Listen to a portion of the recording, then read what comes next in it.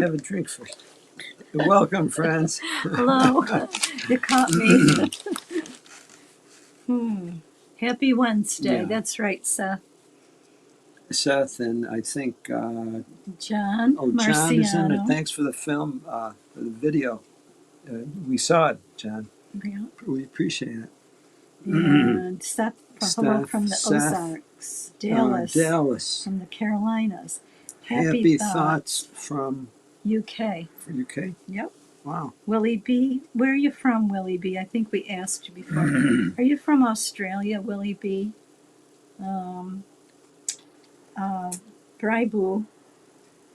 Bribbo, was it Bribbo 75? Howdy.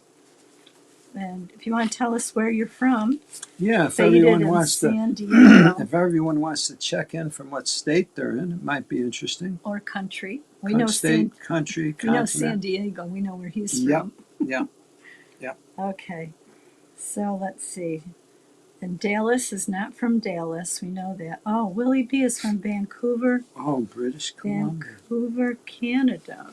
Vancouver. Yeah, put these Yeah. down so I don't have to keep repeating myself. Willie B, Vancouver.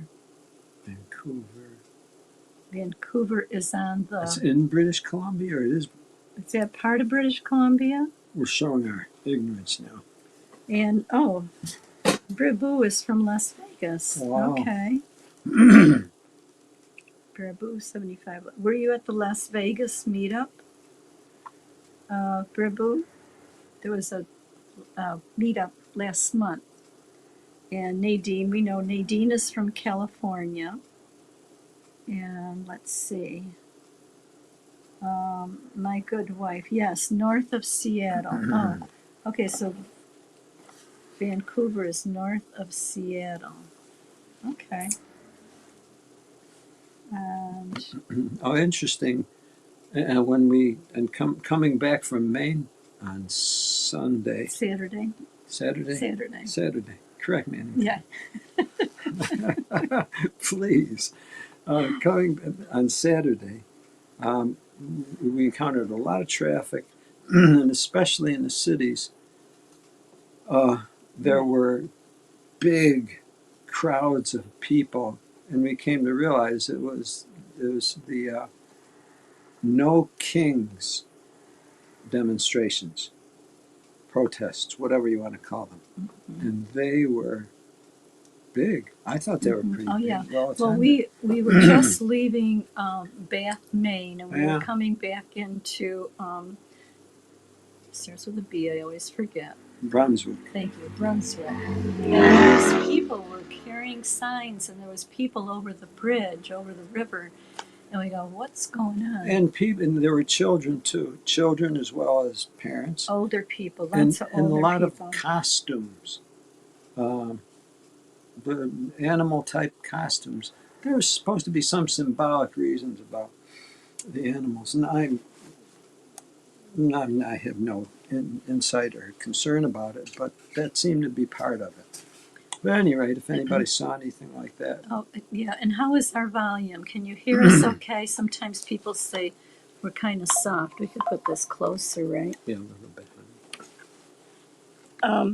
Yeah, so it was a spur of the moment trip to Maine. It was great. It was very nice. It was just the two of us. Yeah, very nice. We didn't, well, actually, we did meet up with Eric Kugler. Yeah. We were in the same town he was in, and we just said hi and we got to talk with the family. It was really nice. Yes. Brebu said, I attended a meeting last Sunday. It occurred to me there that the real enemy of the truth is the inconvenient truth. Mm-hmm. Yeah.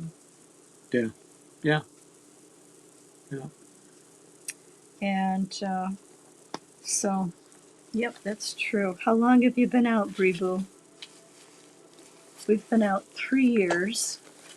Our last meeting was in 2022. We went to the memorial. That was horrible. I mean, people were shunning us already, and We No, weren't. you're talking We about this last month. Yes. the memorial we went to in Yes. 2022. People were already shunning us, and we never said a word to anyone. We went to better funerals. Yeah. Really, we've been happier, more meaningful funerals. John Marciano's been out 45 years. Brebo 30 years. Oh wow. Okay, we got some. How would you say? Long time outers. Long time outers. Big X's. Yes. And of course, just in case people don't know, we were not born in, so we were non-witnesses for 33 years, and then we came in for 36 years, Mm-hmm. and Yeah. been out for 3. Yes. So Happy Thoughts says it's Thursday. It's Thursday after midnight here. Wow, England. Thank you, Wow. Happy Thoughts, for joining us, Yeah. even though it's late. Let's see, who else? Brebu, I was 17 when the first seed of doubt came to me, and within a year or two I couldn't accept it. Yeah. Good for you. Debbie Moore, hello, each and every one. I'm eating supper and watching. Debbie, we know Debbie's in Nebraska, North Platte, Nebraska. We're just telling where everybody's from. And Debbie, you've been out for a while. And Debbie's been with us from the beginning. And just to remind Debbie and others, you can't eat in church, but you can eat here. And you could not eat at the Kingdom Hall. So enjoy. Oh, brother, that reminds me. When we first went to the Kingdom Hall back in 1985, and we had very small children. I was pregnant, and then we had our 2 daughters. One was only a little over a year, and the other one was a little over 2.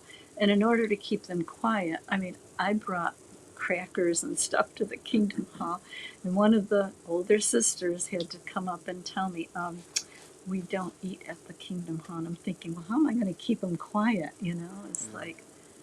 We were so unfair to our children. We were. It breaks terrible. my heart. It was terrible. And I will go to my death regretting every bit of it. Yeah, me too. Every bit of it. Certainly. I don't know. I don't know if it could ever possibly ever make up for it. I really don't think so. We just have those memories, Mm-hmm. and regrets.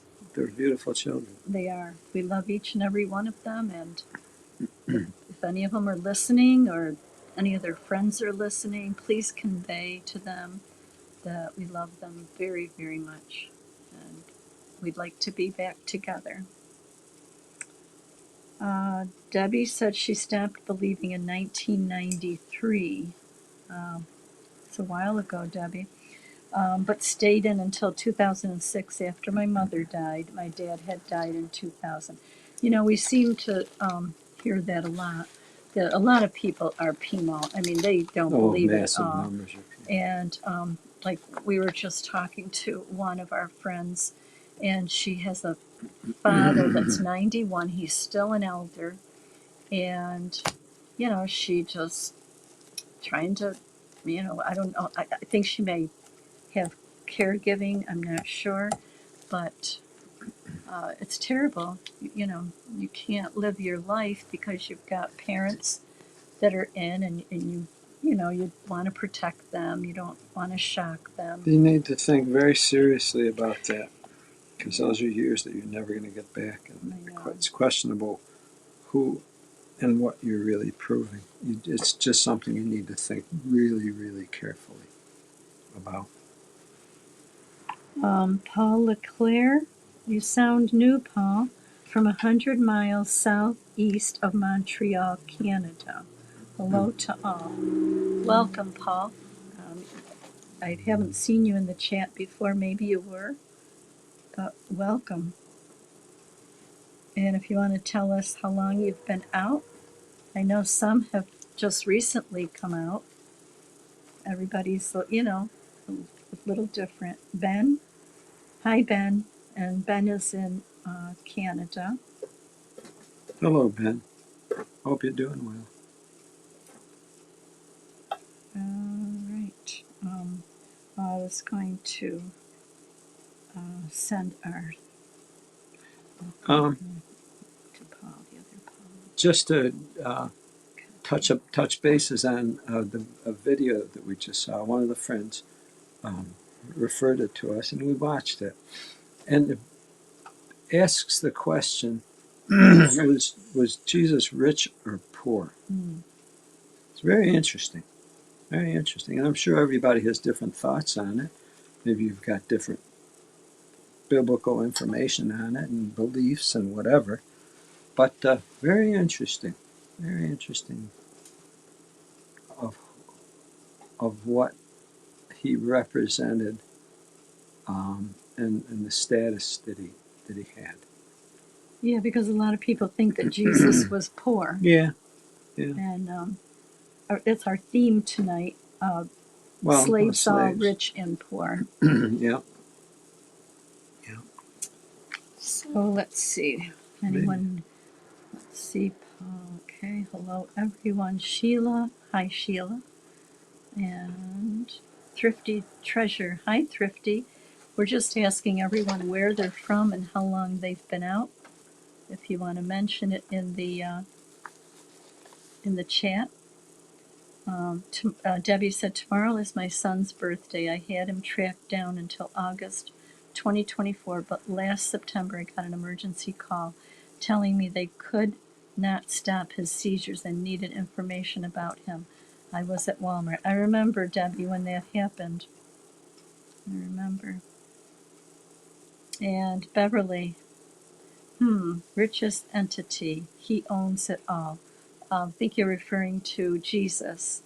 And Beverly's in North Carolina. And Beverly, how long have you been away from the organization?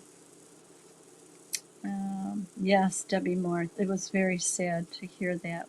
We were so sorry you had to get that information, and you were at Walmart. Brebo, I've been enjoy listening to the podcast, Misquoting Jesus by the prominent Bible scholar Bart Ehrman. Ehrman? I think so. And Paul Kohler. Thanks for coming on, Paul. Heidi Hall. Beverly has been out 7, almost 8 years. Paul Kohler is in West Virginia, and you've been out quite a while, Paul. But if you want, we can get to our birthdays. We were just chatting a little bit. Right to the birthdays. Birthdays for October. October 1st, Severia Garcia McCree and Keith Casarona. Every day. Yeah. October 3rd. You want to take October 3rd, Yvette. October 5th, Karina Lynn. And then October 6th, Sarah Hughes. The 7th, Paul Garino, our youngest son. Kim Elaine, and October 8th, and Casey, Debbie's granddaughter. The 9th, Star Paul. October 11th, Mary Houck. The 13th, Michelle Culligan Johnson. October 14th, Faded in San Diego. And Eva Arnold. Mm-hmm. And the 15th, Don Behaden. It's supposed to be Don Behaden. They misspelling. Oh. Mm-hmm. October 17th, Eric Kubler. And Elaine from JW Escape. October 18th, Yvonne's grandson. And born JW. October 20th, Jackie Ramos. October 21st, Gabby, Dinah Lost daughter. October 22nd, Adrian Mully. And Mona Gill. That's today. Happy birthday, Adrian and Mona. October 23rd, a daughter, Hetty, and Rita Wall Mosley. That's Vance Wild Wall's sister. October 24th, Vern and our niece, Nicole Malecki. October 25th, Cheryl Murphy and Henry Julian. And October 29th, Elaine from the Liberati, Derek Matthews, and Sky Graham. And October 31st, Felicia Coulter. Happy Happy birthday, everyone. everyone.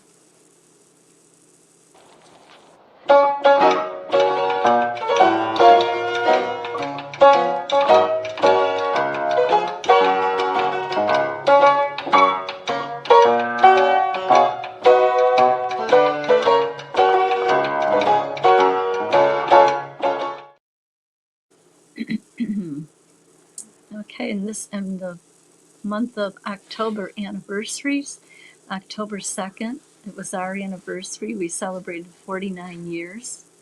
Are we taking turns? You go ahead. October 9th, Elvin and Irene, 32 years. October 10th, Wes and Dinah Lost, and Brian and Stephanie Lynn Carson Chase, 15 years. And October 25th, Mark and Lara, our son and daughter-in-law, 22 years. Wow. I know. October 27th, Terry and Shannon Hamilton, and we're going to be seeing the Hamilton this weekend, but we'll tell you a little bit more about that. But we've got a happy anniversary song.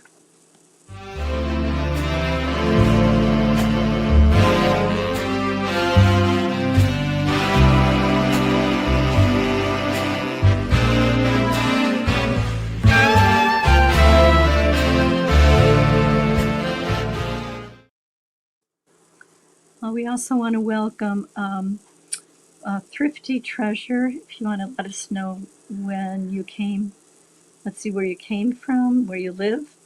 Jane, hi Jane Spitfire, and also ST Copilot. Where are you from? Also, we've got upcoming events. So October 25th is the Halloween Harvest Festival in New York City. And if you go on the web page, ExJWFriends, there is more information about that, where it is. And you can check that out. If you're in the New York City area, you may want to go to the Halloween Harvest Festival. 26th, Horseheads Meetup. And that's where we're going to be. See the horse's head? Yep. There's a story Look it up but you sometime. can look it up yourself. It's kind of interesting. But anyway, we're going to be at the Red Robin Gourmet Burgers and Brew in Horseheads, New York. That's going to be Sunday, October 26th at 12:30. Looks like we've got about 18 people coming so far, and it's not too late to let us know. But the Hamiltons are going to be there and a bunch of others. Wow, 18. Yeah, 18 we've got coming. So if you want to come, just text us or give us a call, 315-221-0130. And we look forward to having a nice time on Sunday. And let's see, where else? There's a lot. Let's see, Philadelphia, Halloween night, ExJW meetup on October 31st. And if you click on that, it's going to start at 5 o'clock. And you can go to the website and get more information. I think that's all of them. Now, they did have a meetup in California. I didn't send the pictures to you. I forgot to, but they had a nice time. Doreen was there and JP and a bunch of, they had a nice group. So meetups, whether big or small, 1 or 2 people or 25, it's nice to get to know each other and what we're doing after we left the organization. Some people don't like to go to meetups. They think that it's all about bashing the witnesses and everything, but we don't do that. No. We go on with our lives, and just nice to connect with people that know what it means to come out of a high controlled organization. I won't even say religion. No. And these are people that couldn't be who they really were, as much as you really couldn't be who you really were. So now it's good for everybody to get to know, to show ourselves. Yep. Otherwise, we weren't being fair with each other. We really weren't. It wasn't our idea not to be fair with each other, but now at least this is the opportunity to be fair Mm-hmm. and to be genuine with each other. Yeah. And I know Jane Spitfire said she has trepidations about going to a. She's kind of nervous about going to a meetup, but maybe someday you will. And welcome, welcome, Sue, our Mama Susu, and also I saw someone else in here. Wildwall. Yes, Wildwall's been to a lot of meetups in North Carolina. I know you talk highly of them. Sten, welcome. I used to tell my son that just before we entered the building, check the barn door to see if the horse's head is popping out. Thanks, Stan. Ah, dear, I didn't know what you were getting at. Well, it's always good to know. All right. Also, Brebo went to the Kingdom Hall. Does that count as a meetup of potential future XJWs? I guess so. Yeah, there's a lot of PMOs Well, at look, the Kingdom Hall. all XJWs were JWs. All XJWs were in that organization at one time. And all PMOs may all become XJWs, but they're becoming. So you're all welcome. We're all welcome. Yeah. And welcome, Shaq. And let's see, Elaine Braintrain. I didn't mention you before. If I missed your names, forgive me. And we welcome everyone here. If you want to give us a thumbs up, it helps the channel. It helps Vern and Shauna. And we're streaming on 2 channels. We're on Joe and Fran, where you can make comments both in the live chat as well as come on stage. If you're watching on Fixing My Faith, then you just watch the video, the live stream, and you can watch the. If you can't watch it tonight because you're working or busy, then we're recorded on Joe and Fran, so you can catch us there. And we appreciate all the support. Anything else? No. And just to let you know, the reason why we're doing what we're doing is when we chose to leave that organization because of their the way they hide pedophiles and allow for the pain and suffering of their victims. We chose to leave because in no way did we want to support anything like that.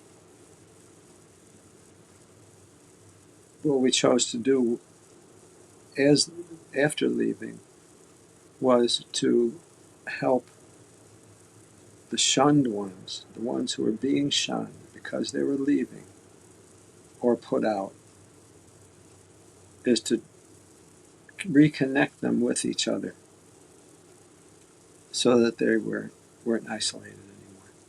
Because the isolation is so dangerous. It's so unhealthy, it's deadly. And so our goal was to connect. And we started that because someone else was doing that and helped and initiated that with us.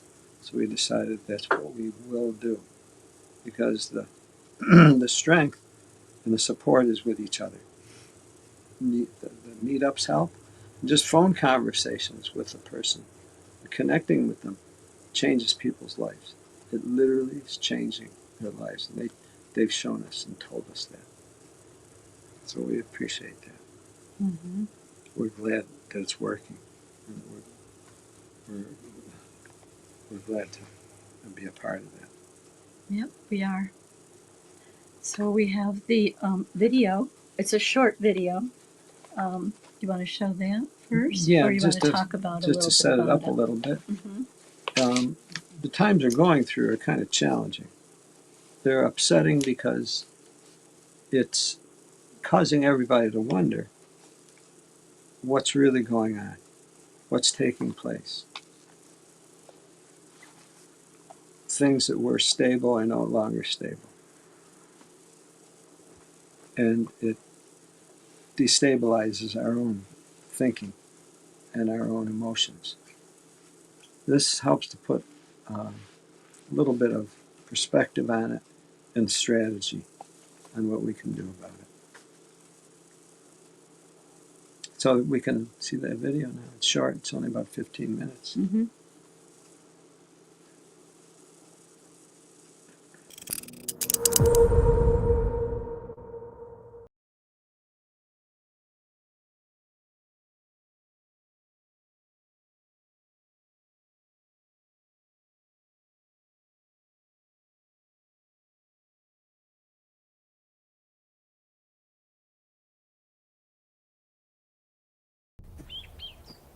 If you've had that feeling like your life doesn't belong to you, something is off, maybe the choices, the emotions, even the arguments in your head aren't really yours, that is not you being paranoid at all. That is the program running. And the crazy part about all of this is it didn't start with your phone. It didn't start with TikTok. It started well over 100 years ago in a quiet office with men in suits mapping out the human mind like a machine that they could rewire. But here's what almost nobody understands. There is a reason that outrage feels addictive. There's a reason that despair feels normal. There's a reason that you wake up with dread and blame yourself for it. It was designed. And the moment you see how, you can't unsee it. So let me rip this open for you. Where did all of this programming really begin? It was a quiet office in London in 1921. This is the Tavistock Institute. They said it was about helping soldiers heal, and it wasn't. And once they cracked all of these things open that they did there, the experiment never ended. Officially, Tavistock was about treating shell shock. This is what they used to call PTSD. It was trauma therapy. It was a beautiful cover story. But what they actually found, trauma doesn't just break people, it softens them up, makes them pliable. They were not fixing soldiers like they told everybody. They were testing civilians. They were running war psychology on entire populations. Grief, confusion, and fear. Tavistock used all of these things like tools in a toolbox. Once you know which lever makes a herd turn into a stampede, you don't need speeches or ballots anymore. You just pull the lever. So after World War II, Tavistock moves into media and education and government. Its fingerprints are on NATO, PSYOPs, Cold War propaganda, and the actual birth of mass advertising.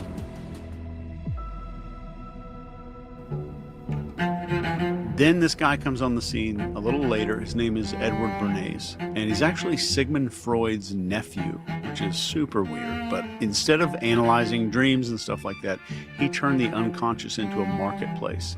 And Edward Bernays is the reason that women smoked in public. He branded cigarettes as torches of freedom for women. He's the reason that we link bacon and eggs with breakfast. It was an ad campaign. It was never a tradition at all. Edward Bernays is the reason that Guatemala's democracy got overthrown. He sold it as fighting communism so that this company called United Fruit could keep their plantations. And he weaponized desire. He made war fashionable. He made democracy emotional. A few years down the road, we have this Operation Mockingbird program that comes out through the CIA. The CIA figured out the easiest way to control a country was by headlines. They thought it was about threats and war and the potential for some kind of bomb being dropped, but it was just headlines and news. That's all you needed to control a whole country. Operation Mockingbird put CIA operatives inside the biggest newsrooms in America, not just whispering in journalists' ears, they were writing the actual stories.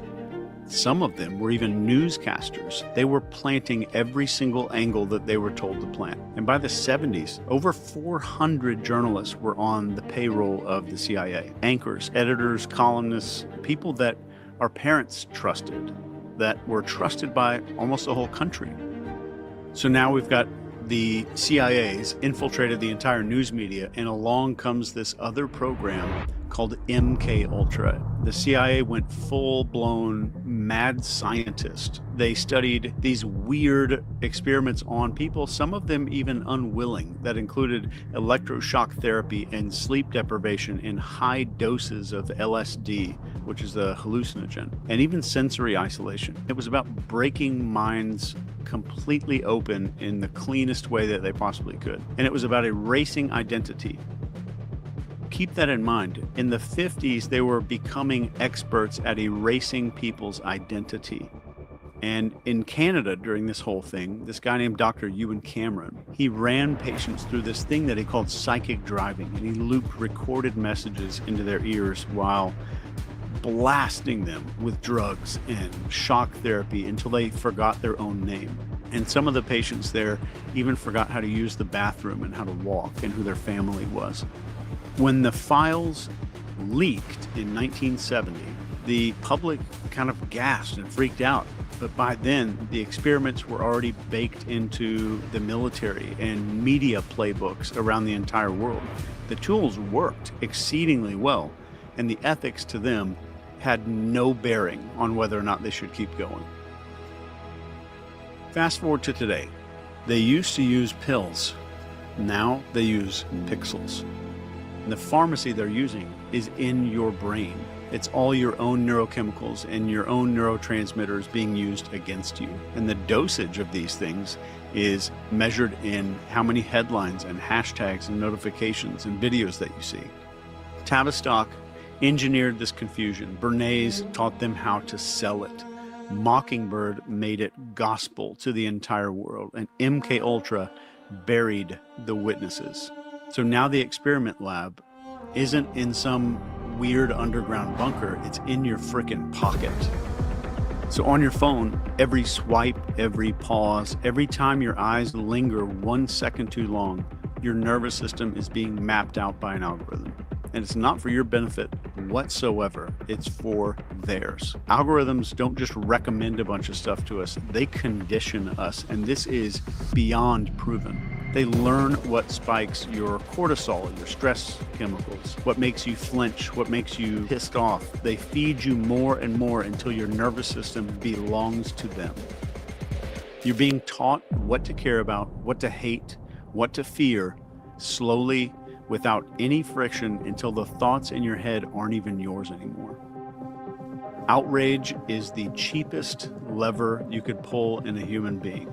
That's why everything online is on fire. Doesn't matter what you're mad about, just that you are mad. Because anger glues your eyes to the screen. And while you're locked in reaction mode, something deeper, a lot deeper in your brain is being carved into you. If you look around right now, nobody is okay. Anxiety is baseline. Kids are depressed before they even hit puberty right now. Adults are medicated just to function. And that low dread or that weird feeling in your chest, people call that like personal failure or anxiety. That's the program working exactly as it was designed. A distracted, exhausted, divided population is a population that cannot resist. The mental health crisis is not accidental. It's the exhaust fumes of this machine. So what happens at the end of this? We are all programmed to chase validation and followers and aesthetics and power and status. And even when people hit every single target, what happens? They feel nothing. And the system doesn't need you dead. It just needs you numb. It needs you to be busy, blaming yourself until you forget you were anything more than a user profile in some behavior experiment. And if you're still here, something in you already knows. And maybe you can't explain it, and maybe I can't either. I don't think that's paranoia at all. I think it's memory. I think the part of you that never signed the contract is paying attention. It's a part of you that never forgot. So none of this is about finding yourself. This is about stopping the chase and stopping the performance, stopping the endless need to be what the system rewards. You are not outrage. You are not your social profile. You're not the algorithm's predictions. The very second that you stop feeding the machine, you start starving it. And once you remember that, you can't go back. And you've probably felt it most of your life, like an itch in your gut that none of this crap makes sense. The way that we live is upside down and it feels backward and fake. If you've felt this at all, I'm here to tell you that you were right. This was never your life. It was built for you. It was all scripted and installed. Your real life is still here. It's quiet, it's patient, and it's waiting for you under the noise. And now that you've seen it, the only question left is, who are you without the script? That's the real you. Because the system is starting to crack, and you know it. And your real life is waiting.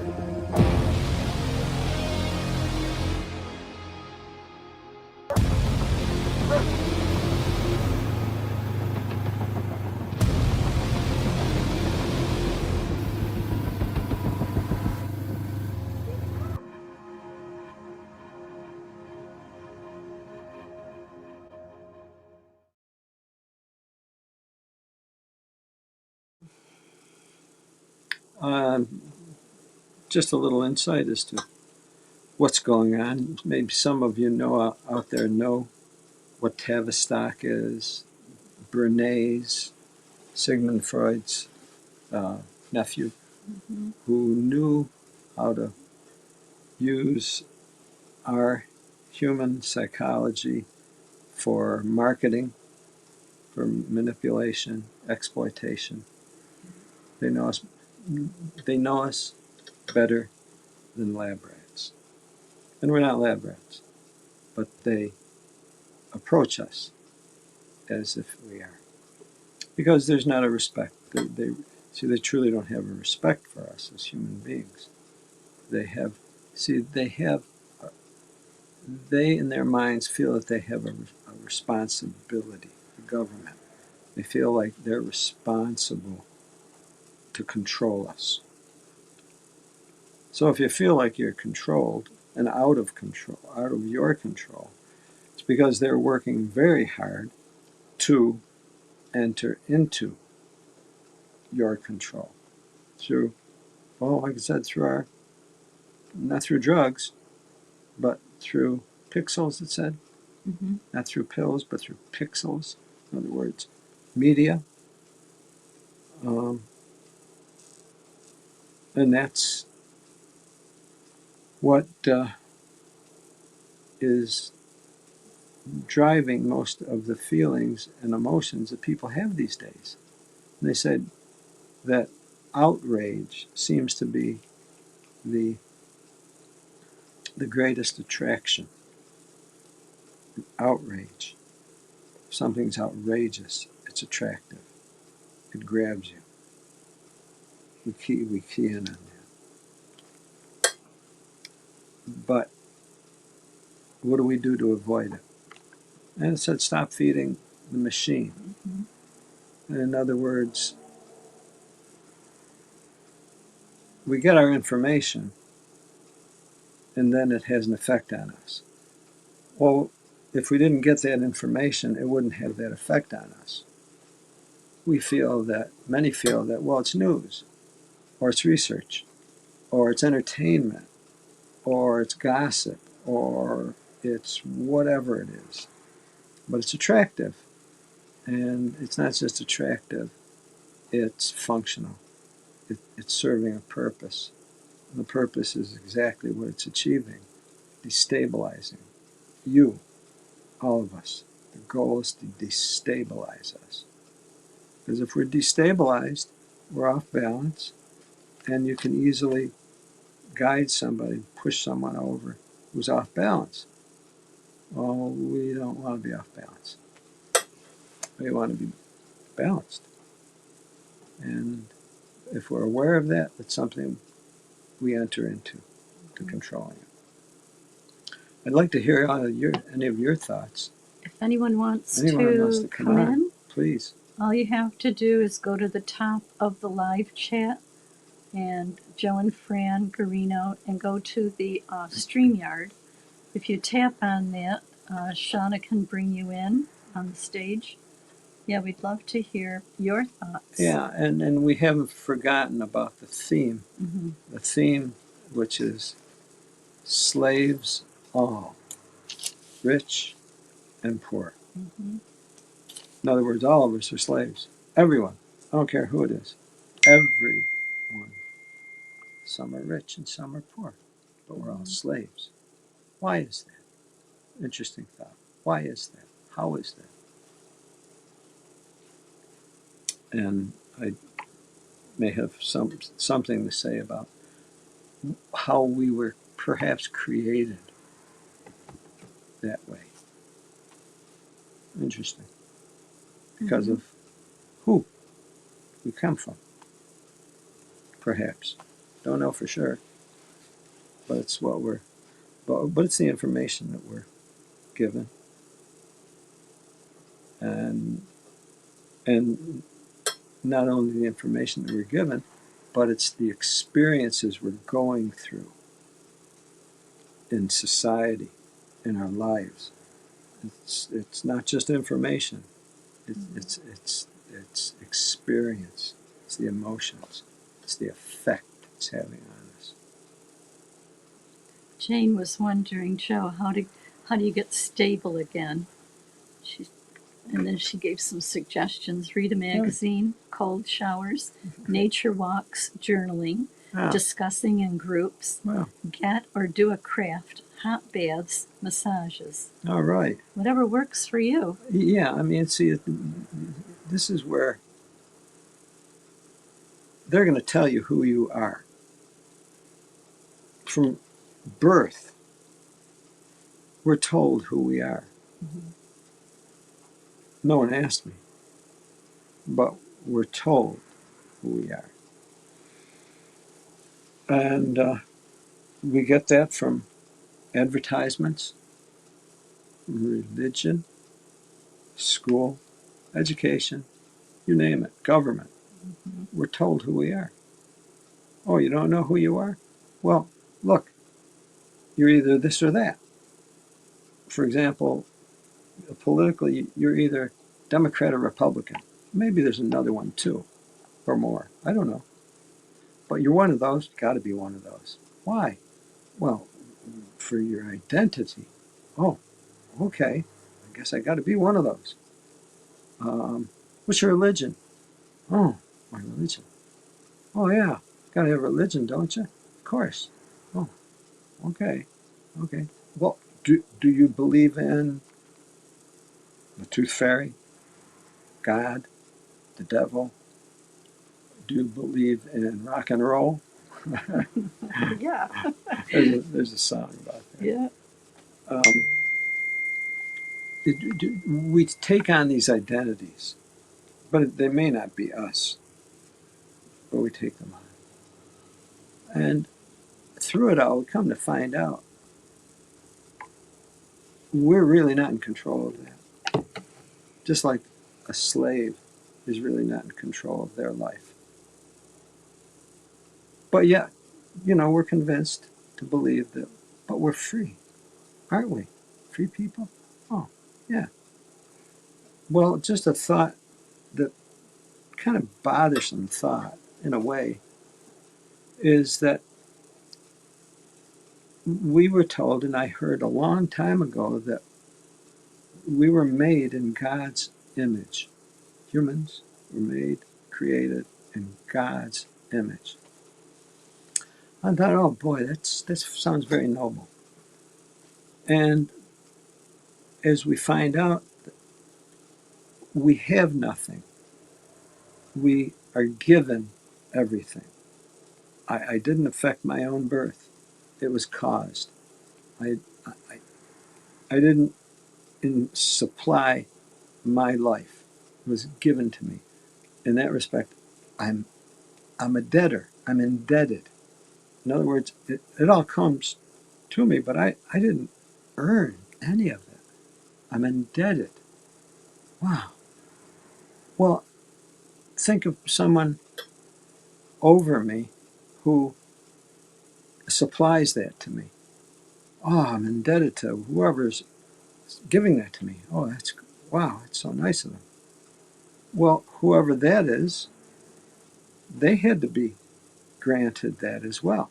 They didn't come up with it. They were granted that. They're debtors also, but they have a little more power than me, or more ability, or more whatever. Now, over them, if you look up this chain, for example, if you want to think of it as parents, governments, oh, people in government, power. Oh, well, where did they get their power from? They don't bring power. They come into a situation of power. Where does that come from? Interesting. Some could say banks, bankers, those that the richest of the rich, people that own. Oh, well, they were born, weren't they? Yeah. Well, where did they get their money from? They didn't bring it with them. It came to them. They're indebted to something that makes them rich. Well, when does it end? In other words, each level you go up is indebted to the level above them that grants that richness, that life to them. Because if it weren't for them, they wouldn't have it. So that must go to the highest of God or Creator, whatever you want to call it. And see, doesn't that make sense? Because we're made in that one's image. Oh, we're indebted. So God must be indebted as well. Isn't that so interesting? It's just, if we're made in God's image, we're indebted to everything that we because of what we receive. Well, God must be indebted to something. Wow. Otherwise, we wouldn't be made in His image. Our image is that of a slave, an indebted slave. I never really gave that a thought. That God, if I'm made in God's image and I'm a slave, indebted to something above us, God must have someone He's indebted to. So interesting. Very interesting thought. Anyone want to come on? We've got some new folks who are just getting on in the chat. We got King of Dots. Yeah, and if anybody has any input to that, I'd be curious. Yeah. Brian Chase. Paul Kohler said, I'm an easy one since I don't believe in a God. Sure. In quotes. Got it. And Sten says, we are only a copy of a copy of a copy of the image of God. And but we're made in God's image. Yeah. So if He's a producer, we must be a producer as well. Otherwise, our image is the same as His image. We're slaves. Well, He must be a slave. God's indebted. He's a slave to someone. The story kind of falls apart as you go higher. See, and this is the point. The point is, everything and anything you know, everything and anything I know, I was told. I didn't come up with it. I did not come up with it. Do you believe it? Do I believe it? Well, my question is, should I believe it? Should I believe it?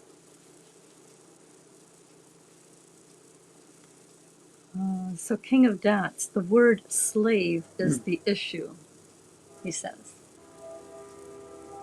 Slave. The word. Well, it's Slave. not just a word, it's a relationship. See, it's a relationship. Slave is owned. A slave is someone that's owned by someone above them. That's what a slave is. So you're saying even the rich are slaves? Well, unless they're, well, where'd they get their power from? Someone had to give Where it does to the them. richest of the rich get their power from? Their parents. Where did they get it from? Originally, it had to come from somewhere. Mm-hmm. Where did it come from? They stole it. Oh, okay, they stole it. Okay, so I guess that's one way to view it. The richest of they took it all. Okay, okay. Where'd they take it from? Someone had to own it. Someone had to own it for them to take it from them. Where'd they get it from? Oh, it was there. It was there. Where'd it come from? Someone had to produce it. They have someone over them. They stole it from whoever is over them. Yet they're still slaves. They're just thief slaves. They're very rich, thieving slaves of something where this richness comes from, whatever. So interesting. Yet we're made in God's image. Slave? He must be a slave. God must be a slave. Help me. Help me if someone has. Pasta Dude is going to help you. He's also going by 9 Villages, aka a Pasta Dude. Hello, 9 Villages. Hey, dear friends, how you doing? We're Good, thank you. good. How are Great. you? It's always the first part of getting on is it clear? Am I talking? Yes. Oh Yes, yeah, you are. you're on. You're Very on. clear. 5x5. Yeah. So great video. And I think he was also making the point now slaves, the slave issue you brought up, Joe, is interesting. But the first thing that got me was the video where what's really going on is proxies of the apex puppet masters Yeah. have played, off of their dark magic and they can do with mind control, screens, and media. Yeah. Just like what somebody brought up earlier, media like Medea with the snakes coming out of the skull. Yeah. That's what we're really getting. So, Yeah. but these proxies are dedicated to divisive things. Right now, we're seeing it come to a heated level. And there's two groups presented to us on the media that have no middle ground, no common ground. Nothing's going to be okay. And it's so interesting because I'm going to stand back and go, the puppet masters are the enemy, not you, each other. I mean, each of you, each side of your stuff is compelled to get into this, contentious thing. Yeah. And it's kind of organic because, each side has a belief now that they got to destroy the other. And if they Yeah. don't, it's a mess. Well, do you remember last video that Chase put out? That's the fellow, Chase Hughes. He said, he maintains that people who, in opposing parties, for example, just as an example, Republican, Democrat, a Republican has more in common than a Democrat than either one of them has in common with their party. But they don't want them to know that. Yeah, yeah. And there's a little sliver coming out now where some people, I mean, take a Bill Maher, for example. I mean, he's very lib left, but he's going at the lib extreme left, saying you're becoming so unreasonable that you can't be taken seriously. So it's very, very wild now. And, people can say, well, can't we all, just like Rodney King said, the LA riots, can't we all just get along? Just get along. Yeah. Well, look. Well, maybe The last option. Right. So, left alone, I truly believe we would.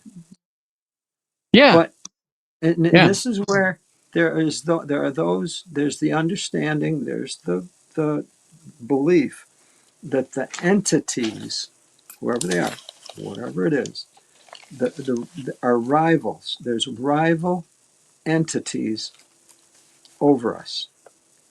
Rival entities. And Okay. one of those entities that produced humans does not like the other rival of that entity does not like that we were produced with such abilities that we have, as if to say, oh man, you never should have made those humans like that. You see what they can do now? They can do just about anything. I wish you never made them like that. And so now the goal is to convince us and to put us in a position that represses our abilities, that makes us actually fight each other and divide based on different beliefs, different religion, different race, different political views. What's the point? Well, it suppresses us. It keeps us down because those entities aren't in agreement with each other. And in other words, we're not loved. We're not loved as the human creatures that we are, that was brought about. And this is interesting. That's a more reasonable outlook than, say, the narrative we came from. And let me just run that out, like most people who might be listening, ex-JWs know. Yeah. But the idea was we have to allow the bad entity to be exposed. The loyal angels to the good entity can not be stumbled into thinking that he's some secret keeping tyrant, right? So what I can't handle about that, and it doesn't make anything about that true about the true source, which we should all be grateful for because there's great majesty in our life. But what you can't buy, and I don't buy anymore, is why is it possibly associated with love to let humans be bullied in this matrix of lies and disinformation and confusion and all these narratives about who we are and what it means? Is anybody really, there's no consensus on what humanity is. Now, these puppet masters may know a lot more about that, and they're playing right to what you just said. They don't want us to know. They know it. They don't want us to know. At the highest level, they know every bit of it. They know I think that's absolutely true. They know absolutely. And they don't want us to know it. Because if we knew it, we'd listen to them and say, they're full of stuff. You're crazy. We're not listening to you at all. Goodbye. And we just go on our merry way. But instead, they want our power. They don't want us using our power. They want our power. So they say things and do things that are outrageous that catch our attention and then pit us against each other and secure our power for them based on our siding with an issue. So first, go ahead, Joe. Yeah. No, that's why I was just going to say. Go ahead. So yeah, first, they fracture healthy psychology so that you get into this tribalism, and then they can direct and use the different camps to their favor. Yeah. And it's a mess, man. It's really a mess, because in ultimate, when you consider the fractured and broken psychology, which I have been through, I've been part of that. I know all about being messed up. Then waking up is courageous. It's difficult. It's frightening. It's kind of traumatic, and it's set up to be that way. That's right. Well, So that's right. See, they want us in their control. They do not want us with self-awareness and being directing our own selves, sovereignty. They do not want us as sovereign creatures. They do not want that. They want us slaves. absolutely. They don't want And us to be tied to the wonders of the creation we live in. They don't want us to. They want us industrialized and teched out. They want us all that stuff. Hey, on another note, this is a big swerve shift, but I got to tell you. Take it. Because I know what I do now. You guys know my age bracket. So what I do is I got it. When I think of it, I got to go, don't wait. You might not bring it up again. So guess who my new bestie is? Who? Kenny Mayo. Oh, that's so nice. Nice. That's fabulous. That's great. Oh, we've had so much time to talk, because what he's been doing is he's dropping off his garbage trucks, and he's just like I used to be. I'd be on the phone with somebody, and it's like, you must be busy sometime. I go, no, I'm just truing down the highway, talking to takes all the boredom away, and that's what he's been doing with me. And he's got a lot of charisma. I like that guy. I truly, I tell people this. I tell people that elders, I said, as an elder, I would have absolutely no respect for you as an individual because of your role that you have taken on. You've taken on a role that I have absolutely no respect for. But the person, the elder that drops that role, comes out, I have total respect for them. Yeah. And I truly appreciate the way he's using himself, the way Ken's using that for others. And I truly appreciate that. So Justin from JW Diaries just went over the Shepherd of the Flock book in one video. It's very new. And he brings up how difficult it is to wake up from it. And then he talked about the elders, what a upper level measure of control they're under. And it does take a lot for an elder to, and there are many chemo elders that can't figure it out, and I sympathize with them. I understand completely. One of the things that woke me up was I was on the brink of being restored to the elders. I was an elder in the early 90s. So what woke me up was I had to investigate the AO, the Australian Royal Commission. And when I saw one guy that I used to know in high school get deposed, it was an Australian Royal Commission. It was the Candace Conti thing. And I saw him I knew this guy's a good guy. I mean, he's a steady, stable guy. And he's squirming to protect the criminals in Warwick. And I'm like going, I'm not going to get beat up. That's not happening to me, man. I'm not going to. That's horrific. And they're wrong. See, the whole issue on CSA, they're not going to win. But anyway, what you said was true about the elders. It's not healthy, and they are very messed up people. Look, they took their lessons from Tavistock. Exactly. Tavistock wrote that manual for them, so to speak. Yeah. Right. Their psychology is as trimmed up and presentational as elders are. Inside, full of whitewashed graves, man. They're a mess. It's as because they're bad as. carrying out things that are inhuman. There's no love going on there, And man. see, and there's this what is it? It would be a schedule that an individual has to wake up to that, and so many are, and that's so beautiful. The fact that so many people, men who were elders, are leaving that, shedding that, and realizing that they were way off base for using their life for that, and on the other hand, there are those that are going to die a loyal elder. Mm-hmm. And basically, what they did, they chose their slavehood. They chose it. I truly believe that some people, humans, are not comfortable with their sovereignty. They're not. They're No. not comfortable. They need a master over them.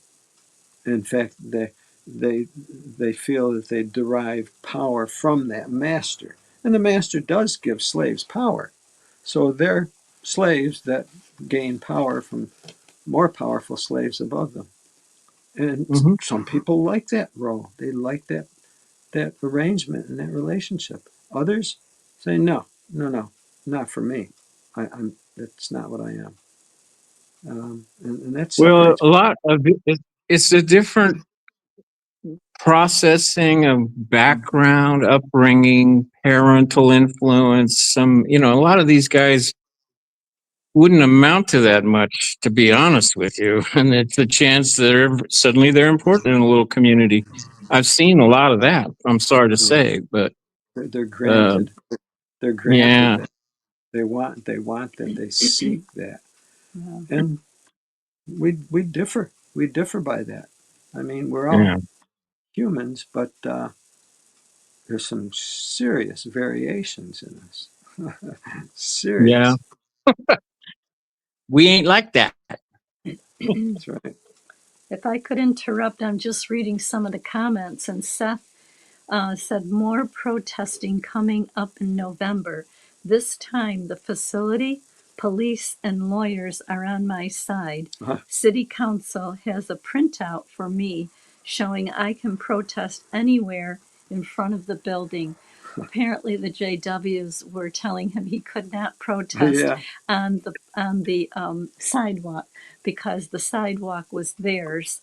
So Seth didn't take it lightly. that's He went fabulous. right to the horse's mouth Yeah. and went right to the facilities and the police and the lawyers.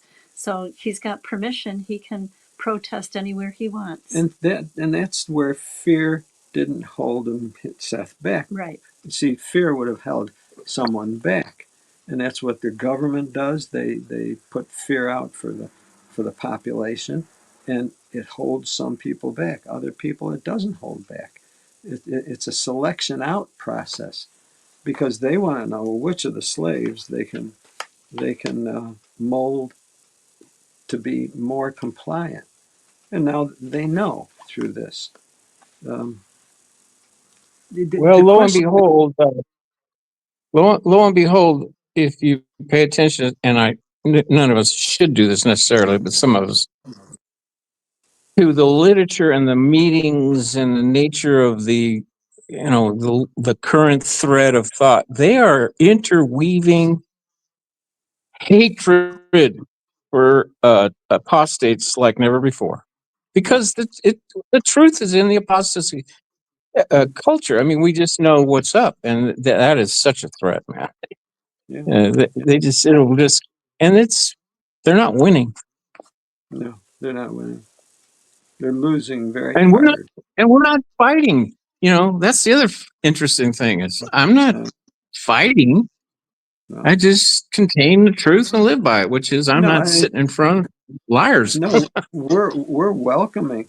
We're making the coffee and cake Yeah, and cookies and bacon for the ones coming out. come over here and chill out, man. It's gonna be okay. Yeah. And it is. And I truly mean this. I have. How do I want to say this? Number one, Joseph Rutherford. in my estimation, is the only one that he's the only one who told the truth. He told the truth. He said that religion is a snare and a racket. On the other hand, he lived the lowest kind of life a person possibly could and proved how much of a racket that religion is. So he gave the truth and he proved it out. We want to, when you're Yes. finished, No, go ahead. we're going to welcome Paul Kohler Hello, Paul. on the stage. Hi, Paul. Hello, Paul. Yeah, you just have to unmute yourself, Paul. There you go. Thanks, Apostle. Dude, stick around. Yes, Haven't been on in a hot minute. I forgot how to unmute this thing. a hot minute. Paul You're on Kohler. in a hot minute. I Can did I turn the camera off because I've gotten progressively uglier since the last time I was on here. So. Oh, Okay. Can I ask? Can I ask Paul Kohler one quickie? Yeah, go ahead. Paul, are you not related to the CO that messed with the Menlo Park deal? I might just happen to be. He's related. Okay, because I saw the interview and your name rang a bell with me. So, see now, I think Dieters wants. I haven't called him yet about that. I don't know as much as probably Paul by a long shot. Paul would be the guy for Dieter to listen to. Oh, I already talked to Dieter. I talked to him last week. Oh, good. That's good. I'll say people that. about what I tell people about Menlo Park is this. I wasn't physically there. I just happened to be related to one of the people that kind of kept me up to date on what was going on. And so I've seen one side in person. I've read the other side's stuff that they've put online. And I know that I'm sure from what I've heard on my side, I probably didn't hear the whole story. From what I've read online, from the other side, not hearing the whole story. And so I can't say that, in the absence of full, complete knowledge of everything, whether what happened was right or wrong. I will say, though, that when you join JWs and agree to get baptized and agree to follow all their tenets and then decide not to, the best thing to do is leave and just start your own church. That makes it so much easier. And it's I the think only that, option. I'm sorry? It's the only option. It's their way or the highway. Yeah, and you know that when you join. And I'm Yeah. not saying that we shouldn't fight them on things like CSA and stuff like that, but when it comes down to, and I don't want to badmouth anybody. I don't have anything bad to say about any of the people involved in that. But that could have gone a lot differently in a number of different ways. It's a shame that that so many people were affected, both the Cobbs. I can't remember the other gentleman's name.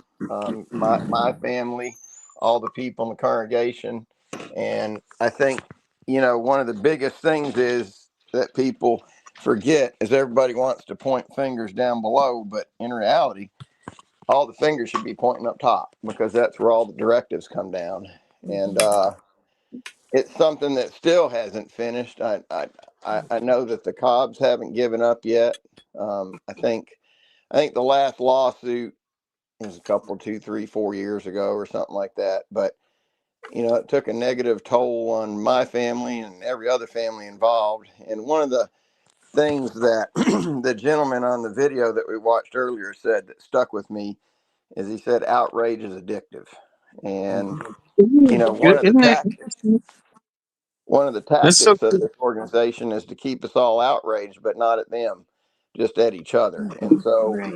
while they don't necessarily clear up misconceptions, they'll allow them to float around out there in the public, just to keep everybody distracted from what the real issue is. And I think that situation, as sad as it was and as destructive as it was to literally everybody involved but the organization, uh, if we could get past that and start looking at the organization, it would send them a message.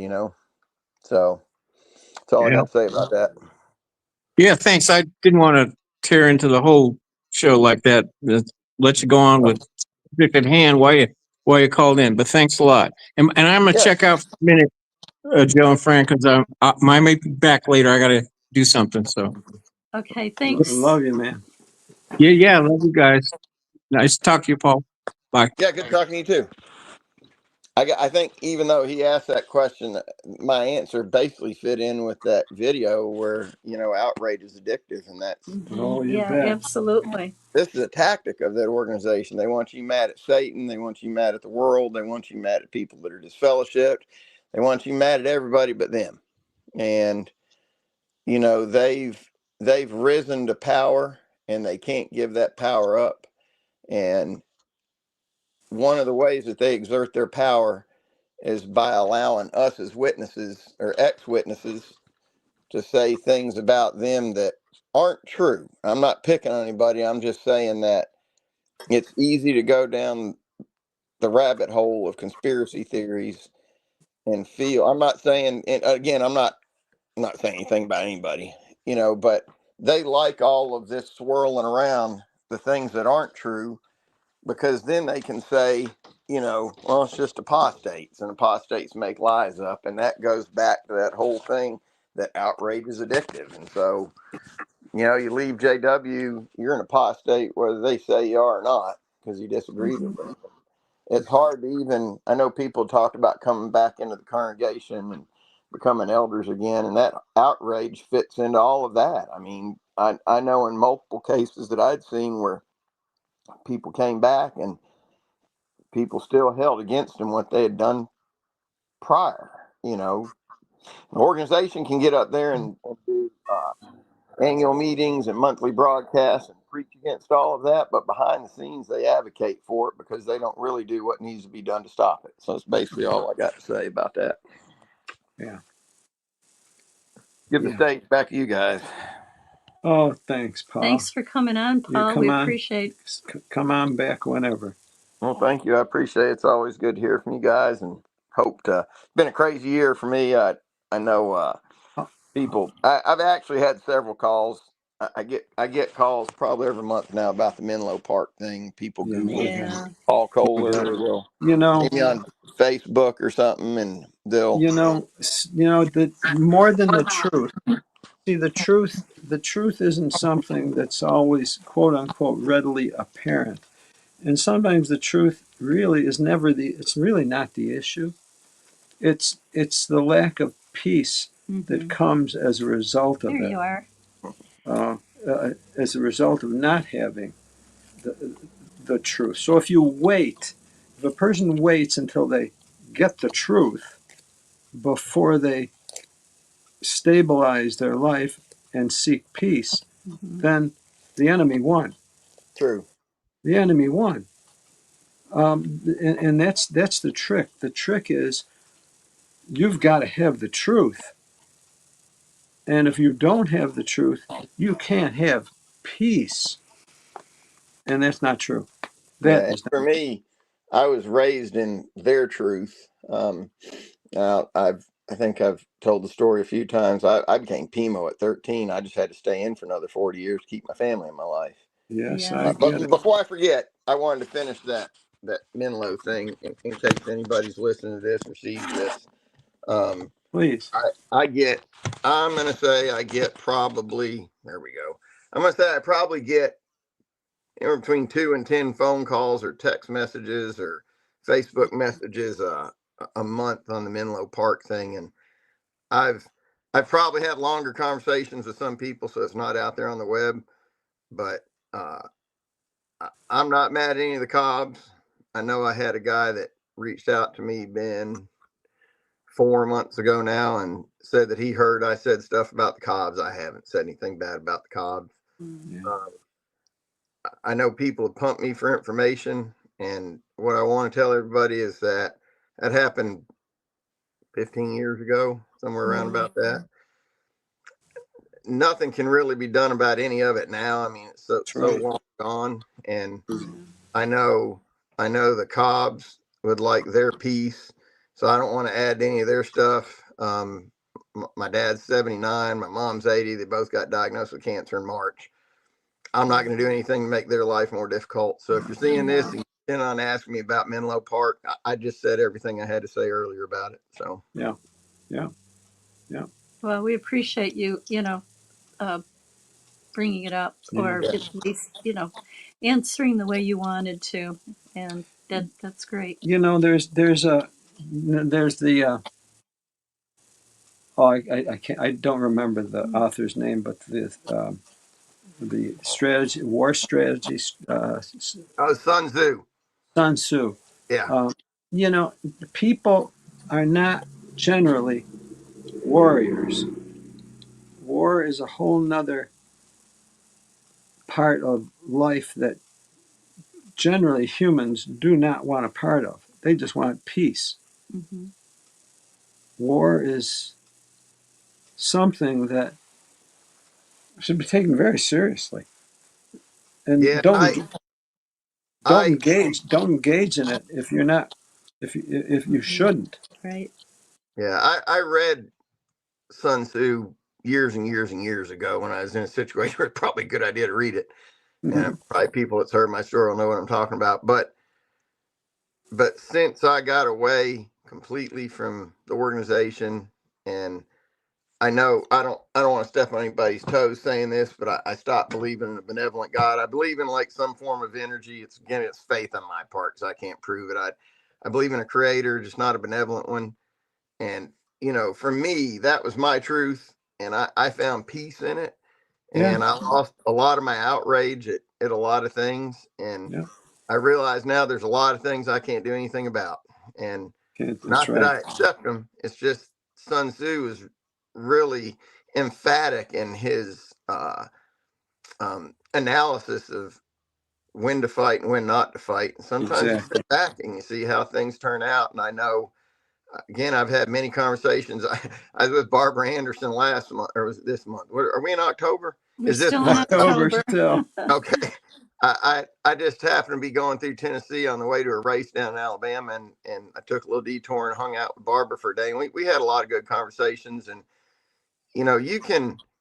you can beat yourself up in the course of this fight, and that's what the organization wants you to do too. Mm-hmm. Or you can take joy in the fact knowing that you're fighting. You might not get the desired result, but when you fight an organization or anything, whatever your opposing party is, your fight, it takes energy away from them. That's right. That's right. That's something else Sun Tzu, preached about, or I say preached, uh, admonished about. It's that fight's just got to keep going. And I know a lot of people are like, the organization's going down. It's going to happen next year. It's going to happen in 2 years. It may never happen, That's right. but we don't give up. And if we Right. keep fighting and we turn that outrage that's addictive against the organization from outside people, that's going to help our fight. But to do that, we need to make sure that we're just honest and our approach isn't as deceptive as theirs is. So I'm going to give That's the mic back to the next person. It's very good seeing you guys. I'll be hanging out, listening to a little bit more of it. And that's a great video. I watched it the other day when you put it up. Thanks, Paul. appreciate your input, Paul. Thank Yeah, You you. guys have a thank good you. one. Love you Thank guys. Take care. you Love you too. You too. too. Bye. Bye. Yeah, if anyone else wants to come on, we can have up to 10 people at one time. You, there's that interesting statement. The Bible makes some interesting statements Mm-hmm. that we should seek peace and pursue it. I even think maybe even it's brought out that we need to wage Mm-hmm. peace. In other words, you got to work at peace. So you can either work at peace or you can work at war. And it's like, okay, well, I feel outraged, so maybe I should work at war. Well, no, wait a minute. Maybe war is not specified here. Maybe war is not the right thing to do at this point. Mm-hmm. Maybe you're outraged, and maybe you want to do something and show your outrage, but you may want to wage and work for peace, your peace, Mm-hmm. in the face of that controversy. See, that's a fight in itself. Yeah. to seek to avoid being embroiled in that controversy that I don't want a part of it. I don't want any part of it. And this is a conscious effort. And this is where, obviously, you're going to have people on both sides egging you on or egging us on to take part in this side, take part in that side. We need you for this. You should this, you should that. Yeah. See, it's your energy, it's our energy. Who do you give it to? Mm-hmm. Who do you give it to?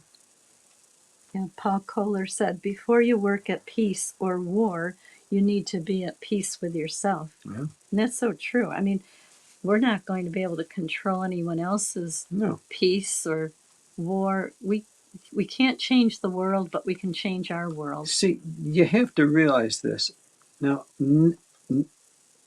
I believe never before in history was there a time when we are bombarded with so much information, media, news, urgings, fears, threats than now. Well, okay, well, I'll just ignore it all. Oh, how can you ignore it all? Well, I can go live as a hermit. I'll go live as a hermit. No, I'll ignore it all. Okay, that works for some. It really does. Really does. Mm-hmm. But on the other hand, you may not want to live as a hermit, isolated like that. You may not want that. We may not need it. It may not be good for us. May not. Someone may need you just as much as you need them. So, because we're needed for each other. We're needed for each other. But we're not needed to fight each other. But some are going to be convinced I am needed for this effort. I'm needed for it. Be it political, I'm needed. I'm needed to fight for the conservative effort. I'm needed to fight for the socialist effort. I'm needed to fight whatever for some sexual revolution, for some anything. It's our energy. Yep. It's our energy. Shaq says you can't change the world if you can't change yourself. Yeah. And yeah, I agree with Shauna. Shauna said, I know it's quiet tonight. We can always wrap an hour early in a half hour if you want to. Yeah. We don't have to. We can keep going. We're here. If you got something on your mind, maybe it's not about the theme. No, I mean, there's no problem in wrapping early. There really isn't. And we do have some pictures that Shaq sent us from the meetup that they had in California. So if Shauna has those pictures, okay. So this was in, oh boy, let me find out. It's in California. Oh, Norwalk, California. And on the right is The Real Love. And some of the friends you might recognize, but they had a really good meetup there. I don't know all of them in the picture, but the next one is a couple of exes that are out. They had a good time. And the next picture, I think we have Linda James on the left, or known as the Pasta Babe, and The Real Love. Her name is Doreen, and Doreen organized the meetup, and it was a very successful meetup. Then we have The Real Love with Shaq, and Shaq was there. That was in Norwalk, California. They had a good time. And as you can see, a lot of happy faces.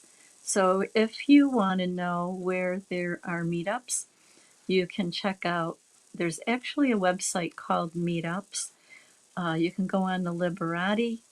That's another group of ExJWs. They have meetups, and you can look under events.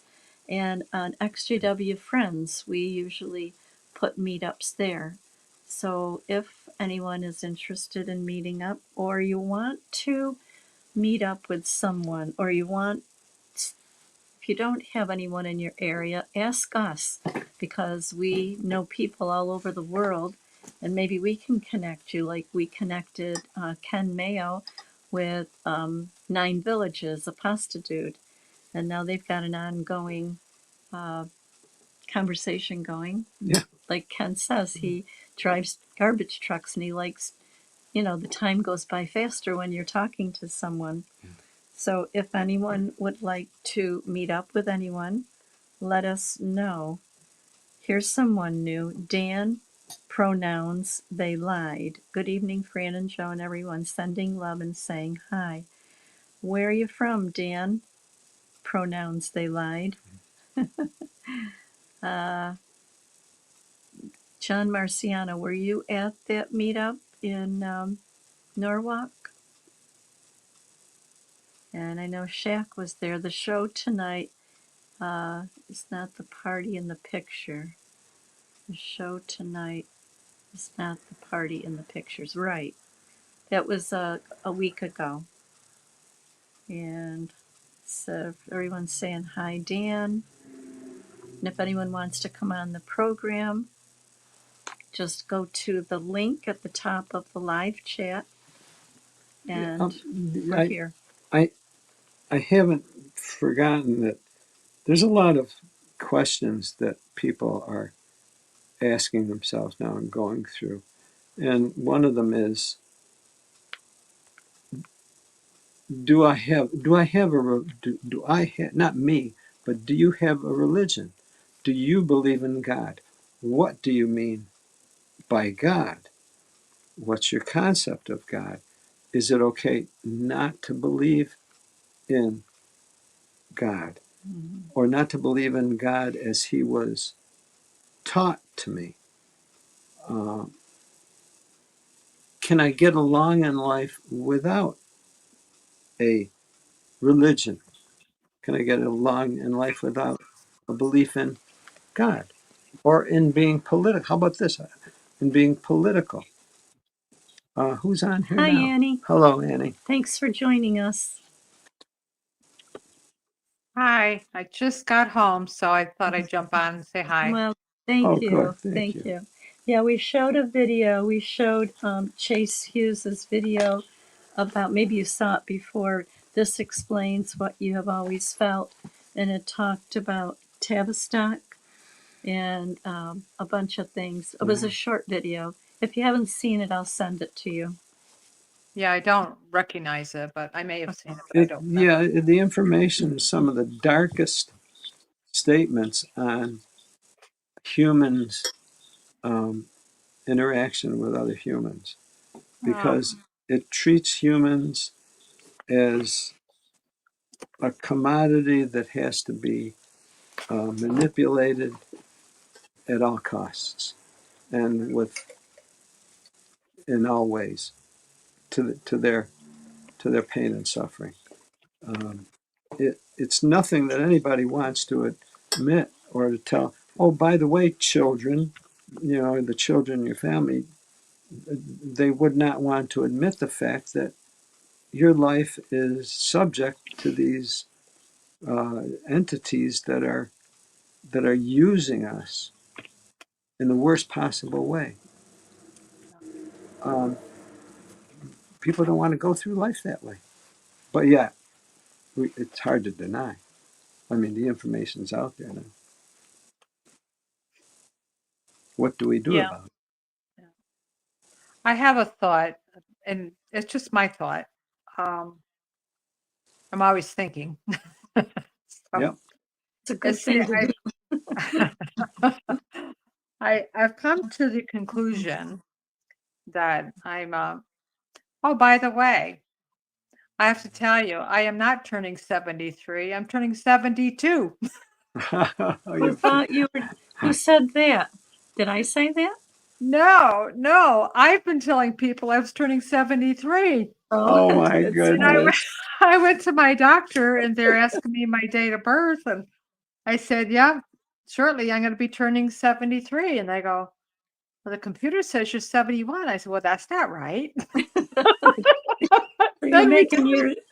It's funny. You And made then we did yourself a the year math. older. So can We we did get to the the? So let's get to the bottom of this now. So then we did the math, and I go, oh my word, I am turning 72, not 73. That's funny. Well, I knew you were younger than us, and we're 73. So it's And then funny. we all laughed about it, and I said, well, heck, I'm a youngin'. You gained a year. That's right. Well, you know, one other time I did the same thing, except it was the opposite. I Oh had my God. lost a year. I was turning a year older than I realized for, and I kept That's thinking funny. whatever year it was, I don't remember. But then Don't I said, what happened to that year? I didn't get to live it. don't take any offense at this, Annie. But how's your checkbook? That's like I was talking to my insurance broker today, and we were talking about possible conditions that insurance companies look for, anyways, health issues. And I said, I think I have dementia, but I can't remember for sure. Oh yeah, that's a good one. I had something very important to tell you, but I can't remember. Right. So, Oh, anyways, that's the humorous part of my discussion. well, Going back to what I have concluded for myself, and I don't know, maybe no one else will resonate with it, but um, I feel the older I get, I come to the conclusion I know very little about what's really going on in this world. There's good for so you. much, Yeah. Good for you. Because so much, most of everything we were told really isn't true. right? And but on top of that, my opinion, I have the feeling that all this new enlightenment, people waking up and all this new information coming out, very likely is just old news. Yeah. Old news is so old that no one can be harmed by it being released. But Yeah. it just kind of keeps people talking, that keeps Yeah. people thinking they know something that other people don't know because people kind of like to be that way. Yeah. Yeah. So the powers that be are the ones in control. And if it was something important, I don't think they would allow it to be released. I don't think it would be allowed to be talked about. It's true. It's true. So I think it's just old news. Old Yeah. news that we slaves can talk about now. That's it. That's Yep. it. But Just to keep us primed to be compliant. right. Or to satisfy some need as slaves, that we actually have some say in life. We have some knowledge. We have some power, if you will. And we I do. sus- Yeah. we do, yes, but I don't think it has to do with information that's being released. That's right. That's This enlightened age that we supposedly are in, I think it's old light, to use a Watchtower phrase. oh yeah. Yeah. I think it's old light that we can talk about. And it's not going to affect anybody. Well, it's interesting. There are times in our life when we find something out, and it changes our life. Right. It may It, change our life. yeah, Yes. personally, it's a personal Right. thing, Mm-hmm. and it doesn't happen too often. It really Mm-hmm. doesn't. That's true. It really, really doesn't. But they say we need, the saying, light, not physical light that's bright light, but light as opposed to heavy. Um, we need to do things that help us feel lighter, not heavier. And like light reading, light entertainment, light exercise, as opposed to heavy, because heavy burdens us. Hello, Debbie. Hi, Debbie. Good to see you. How's your I kid? just thought, oh, he's asleep. Okay. He's not feeling good today. I know. I Yeah. know. Yeah. Yeah. And tomorrow he goes back to the vet. Yeah. Oh boy. And Poor Skylar. he's on steroids. And Oh, wow. um, he's been eating a lot, so he's probably getting back the weight he was losing. Hmm. But he wasn't interested in playing or Hmm. anything today, and he's been asleep Yeah. pretty much the whole day. So Yeah. Wow. I can't talk about that right now. No. So, what did you want to talk about, Debbie? Yeah. Oh, I just wanted to say hey, I'm glad and you did. and It's nice to see you. yeah, they finally got me out of my apartment today. I haven't been. I've been isolating lately myself. I've been depressed. I've been upset, and the fact that the pain clinic they cut my pain meds because of a medication mistake that Oh. landed me in the hospital a couple of weeks ago that nearly killed me. Yeah. And they're acting like I took an overdose. I don't Oh. even have access to my meds. They're all in a locked med card. So there was, but the prescriptions were written wrong, and Oh. it would have overdosed it anybody. I Oh don't my. even remember being at the ER. I just know I woke up in the hospital Oh my and goodness. was like, what happened? I knew Oh, something was wrong with me. I was unbelievable. confused, and but it was a perfect storm.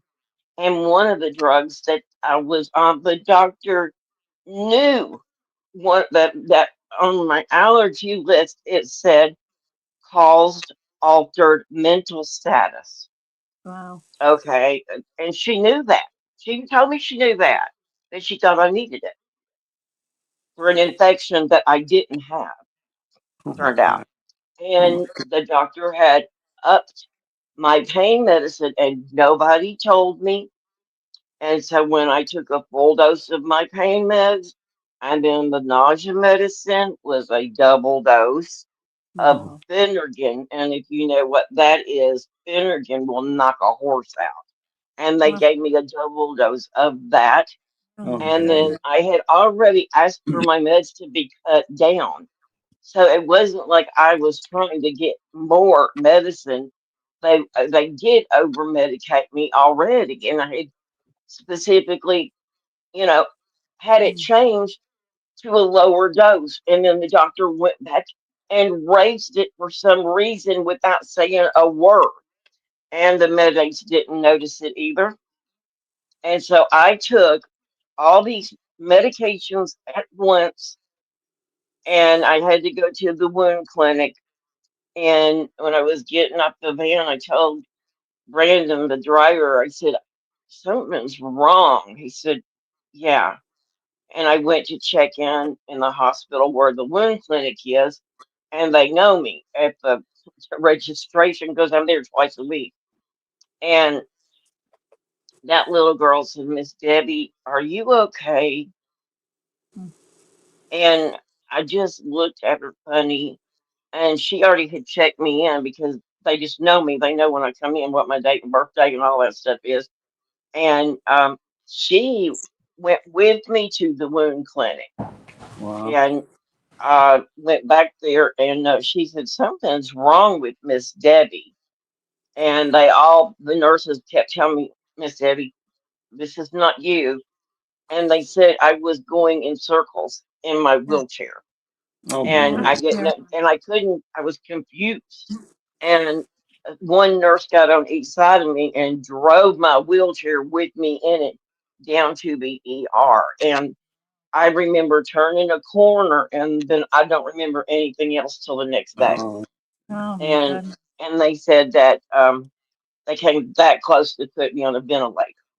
Oh. But so now they've cut my pain medicine to a fraction of what it was. It's not anywhere near Mm. controlling my pain. And that's why I've been isolating because I'm that close to tears all the time. Oh. And Oh in the God. morning when I wake up, it's just horribly, horribly bad. I can't move my arms and shoulders Yeah. or my back. I just have to lay there and have them bring ice packs Oh, and put some pain medicine in my mouth.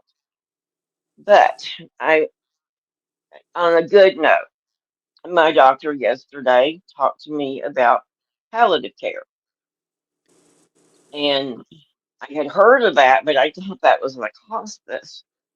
I mean, it is like a step before hospice care, but if you have a disease that's not going to be cured or reversed or anything like that, you can qualify for that care and they will keep you comfortable. You don't have Wow. to be sedated and all that. You can still take your regular medicine. I still stay in my apartment and Hmm. everything goes on. The only difference is I would be a DNR, a do not resuscitate, so Mm-hmm. that if I had a heart attack or something, they wouldn't do CPR or try to save me, which actually that's okay because the way my bones break, they Oh, said Wow. if they tried CPR on me, my Yeah. ribs would shatter and they would go in my heart and my lungs and I oh would God. bleed out Oh, you don't internally. need that. So, Oh Uh-uh. God. so I'm just saying, okay, when I'm done, I'm done. Just keep me comfortable as long as I'm still here, and Mm-hmm. let nature take its course. Because right Yeah. now, nature's really getting me, and I want to leave. I mean, it's going to keep taking its course no matter what. Yeah. But if it can do it with me not being in agonizing pain Yeah. all the time, Yeah. and I got a text from somebody talking about another sister that we all know, and she said that her sister had gone on palliative care too. She just got out of the hospital. I'm not Mm-hmm. gonna say her name because I don't know Mm-hmm. that it's okay to share that. Right. Right. But I thought this is really something. Her and I come into the same exact decision at the same exact time, and Yeah. we have completely different illnesses. But anyway, I've made peace with all that because I mean I've been that close to being dead twice this year already, Yeah. and if you can just go quietly in your sleep, although that first time was not quietly, it was horrible. But Yeah. You know, this Debbie, last time, the yeah, you mentioned something very important. You're accepting it. You know, you're at peace yeah, with it. That's the hmm biggest thing. So whatever yeah, happens, at least you're at peace. You're not fighting something. Your body is it. You yeah. know, you can at least have that. And we It appreciate you honestly today coming I on. felt better internally, thinking Mhm. I'm gonna get some relief, Yeah. and Yeah. I'm thinking then I can keep going Yeah. because at the way things are going now, if you don't have quality of life, who You gives don't a have. damn about quantity? You don't want quantity. You want quality because if you're going to lay in the freaking bed all the time and be crying from pain and getting angry Uh, easy and snapping at people, that's no kind of quality of life. you're And I right. don't want to turn into some angry old biddy, yelling and screaming and cussing at everybody. I mean, I will cuss. I will do some cussing. If, if my pain gets to a certain level, I'm like, where the hell is my damn pain medicine? And okay, we're bringing it. But I'm super close to the staff here, um, and I feel very much loved, and they know I love them. And I tell them, y'all are my family too, because I see way more of them than my family. And a couple of the girls, when they know that I'm hurting so bad, they literally tear up and say we wish we could do more to help you. Mm-hmm. And I'm like, that's true loving care, That's right. And it, it and is. a couple of the nurses were like, "Are you sure you want to just go to this whole different set of doctors?" I'm like, "Yeah, not a doubt in my mind." And I Yeah. just can't wait to meet with them. I don't know when it's going to be. Yeah. My doctor tried to get me in a different pain clinic, and they said no. Yeah. And that's the second time they've turned me down because the one I'm in right now, that woman and I do not see eye to eye. Never have. And we've gotten in arguments, and I called her a liar this last time because she was so mean. And it's just not fair that they're blaming me for their mistakes. Therefore, Oh, I have to suffer for it. oh my And God. I mean, I'm like, just say screw it, people. I'm done. Leave me the hell alone. And anyway, I'm like, I've got enough demons of my own. I'm fighting now. And and this is a real emotional time for me because it's VJ's birthday is tomorrow, Mm. and I haven't seen him since 2019, and I Mm. don't even know if he's alive. I got the administrator here, and I were talking, and she said her brother's an attorney, and that he could track him down for me. Wow. Wow. He did last August, but then the trail went cold, and in September I was at Walmart buying groceries. I was in the middle of the aisle, and I got a call from the area code that he was in the last time, so I answered it. And they said, Mhm. "Are you Billy Joseph Blankenship's mother, Debbie?" I'm like, "Yeah." And whenever you get that kind of call, Huh. I your know. heart just kind of drops to the floor because you're thinking, this is the call. And even though I want to know if he's where he is and everything, and sometimes I think it would almost be easier if that part that I would be worried about were true. If he was gone, I would know he's not suffering. And but I got that call, and they were telling me they couldn't stop his seizures. And they said, we need to know the name of this doctor. And I'm like, wait a minute, I haven't heard anything in years, and now you're calling me in the middle of me shopping. And I said, I can't even think. And I just kept saying, is he okay? Is he okay? Is he okay? They said, we can't give you any more information due to HIPAA. I said, oh, but you can call him scared the living hell out of me and make me wonder. I said, I want to know, is my child alive? And they said, we can't give you that information. Oh And Jesus. I called the number back, and it went to a voicemail. And I'm thinking, don't do this to me. Please don't do this to me. I left a message, and then I waited 30 minutes. I called him back, same thing. And I said, look, I can give you all the information. Please just call me. And then I realized they're not going to call me back. So I just called, and I started leaving message after message about what his medications had been, who he had seen, how bad his seizures were.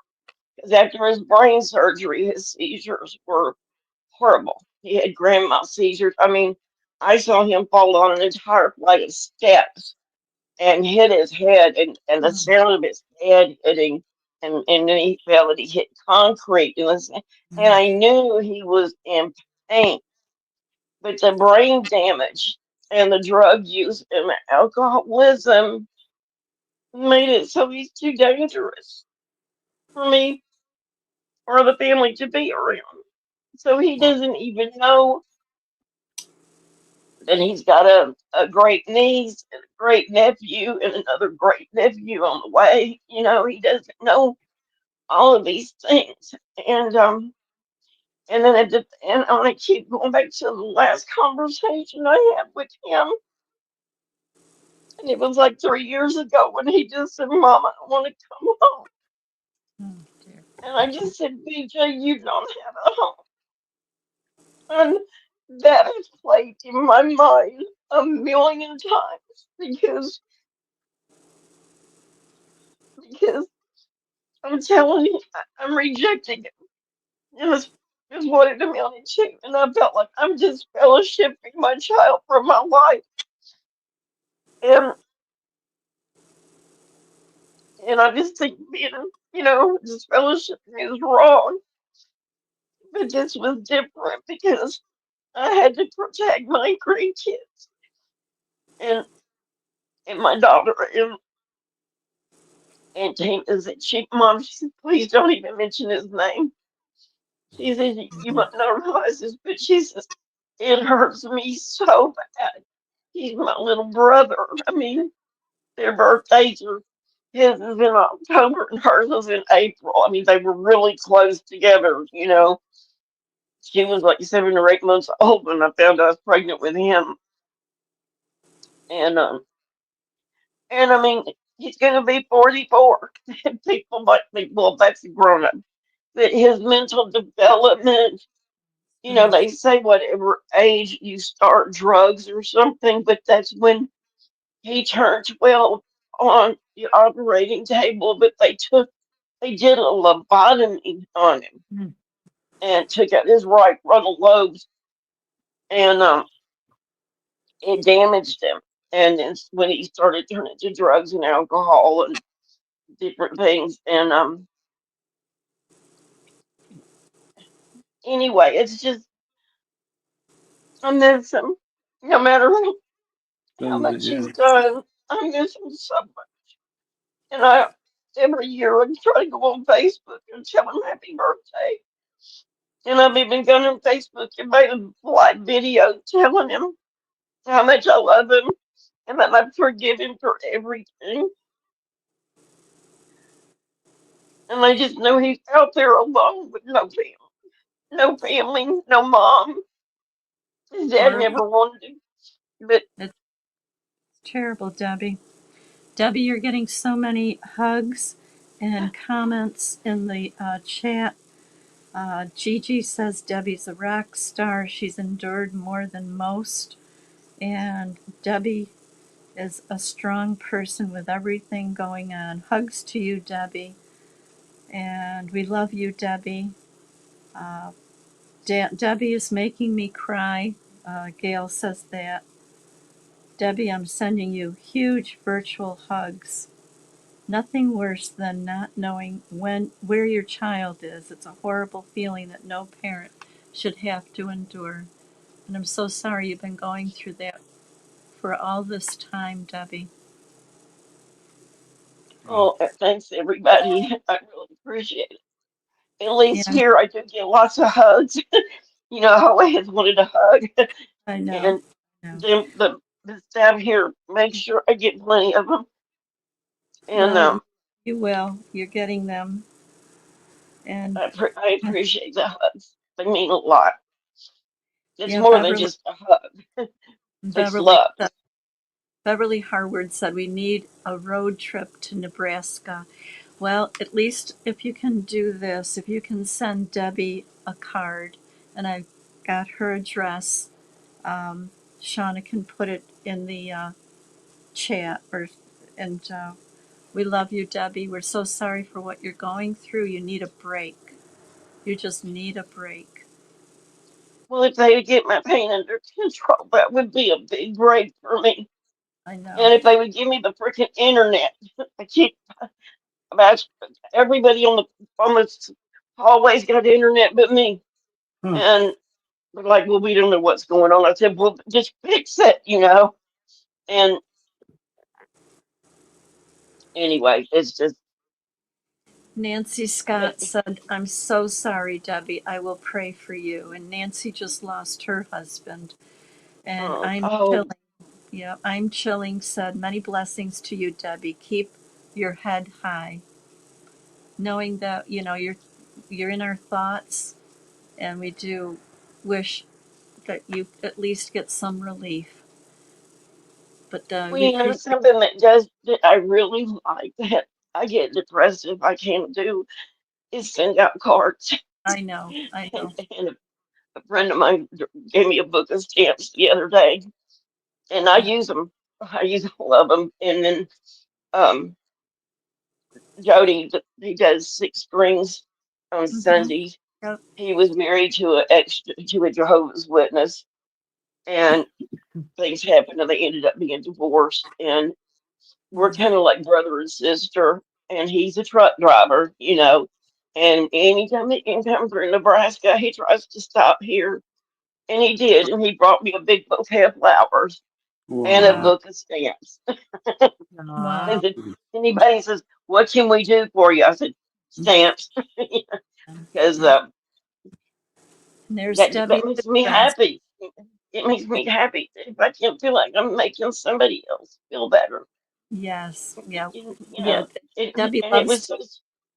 Deb. Nancy, I sent Nancy a card, and Yes. she Thank sent me you. one back, and she put her phone number in there, and I've been meaning to call him, and the bottom keeps dropping out from under me, and I can't always follow up on all the calls I'd like to make That's to okay. You Of don't have course you to, can. Debbie. You don't have to. People, listen, people understand you're going through difficulties yourself, but I know you love to send out cards and you're always sending messages. And hey, Seth, did you want to say something to Debbie? Oh, you bet. I walked into the room and I just caught some of it and I just wanted to say, Debbie, I love you so much. And this comes for a hug from all of us. And you. so we're still, where the financial situation is killing us, but we're just right here in Missouri.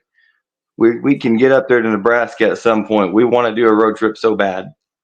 So bad. That would be So so awesome because I've been trying to get even. I kept thinking, well, could I just post the meetup and see if somehow somebody comes? I don't know, but we I've were even thinking reached the out. same thing. Yeah, it would be nice, and even I thought maybe somebody in Denver might even come because I'm a little bit Oh north yeah, of Denver. you're pretty close to Denver, so Hmm. and we have an But airport here in nobody. town that goes right to Denver. Yeah, So you would never be know. nice. Well, Yeah, maybe Debbie, we can get somebody to come and visit you. that would be nice. In the Yeah. meantime, if they Jody can, got to visit like 3 hours the other day, but that's usually about the longest he can stay. But it's always nice to have a visitor. yes. And I understand about finances. Oh, that's I get $95 a month after I pay my rent and all my expenses here. You have something left over? What's that like? Of $95. No, that's not left over. That's what I pay No. my phone bill with. And if Oh, I okay. want Okay. groceries or anything, and you know about how much groceries you can get for Oh man. $95. Yeah. And then I've got my cat.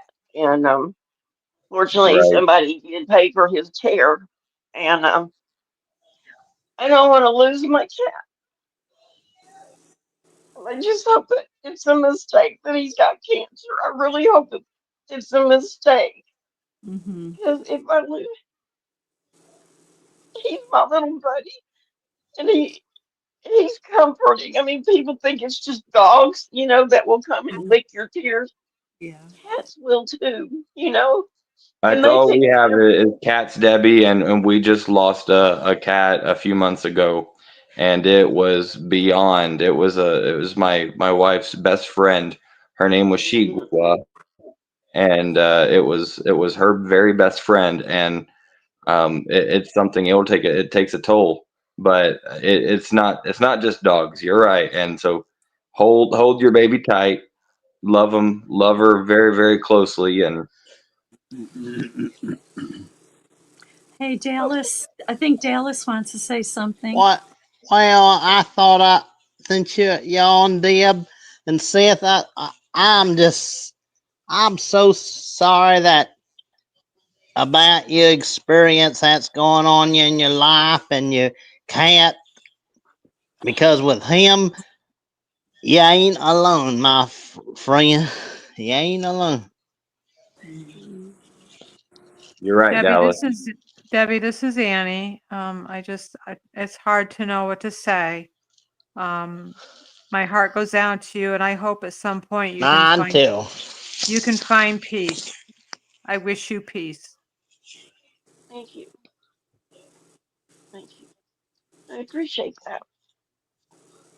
But crying is a good way to cleanse your body. Yes, it It is. That is is. true. It So I'm is. just cleaning. I'm just cleaning out my eyes. That's all. It's just rain falling from my eyes. That's all. I think Bob was on, but we lost Bob. If Bob wants to come back on uh, and do, and we've got Gigi in the chat. Last week, Gigi was on, or Gail, and her daughter called in, Heather. Yeah, And yeah, so, Heather. I love her. I just love Gigi. Yeah, we do too. And I asked Gail if Heather got our card, and she said no, not yet. She said it takes time because she is in a prison. They don't get their mail very quickly. So if anyone did send a card to Heather, uh, be patient. It'll get there, and I'm sure Heather will be glad to get those cards. And if anyone can send a card to Debbie, I know that'll make her feel better. Just knowing that we're out here, we're thinking of you. And there's Gail. Hi, Gail. Hi, everyone. Hi. Gail. Hi. Thank you, Dallas, for those wonderful words. Debbie, honey, I talked to you today, but I'm glad you came on and you felt comfortable enough to share this with everybody. And I think Well, that was it's my extended family. I get a lot of good Yeah. feelings back, you know. it Well, takes thank you, it Debbie. takes a lot. You certainly are in our family here. Yep. We're all.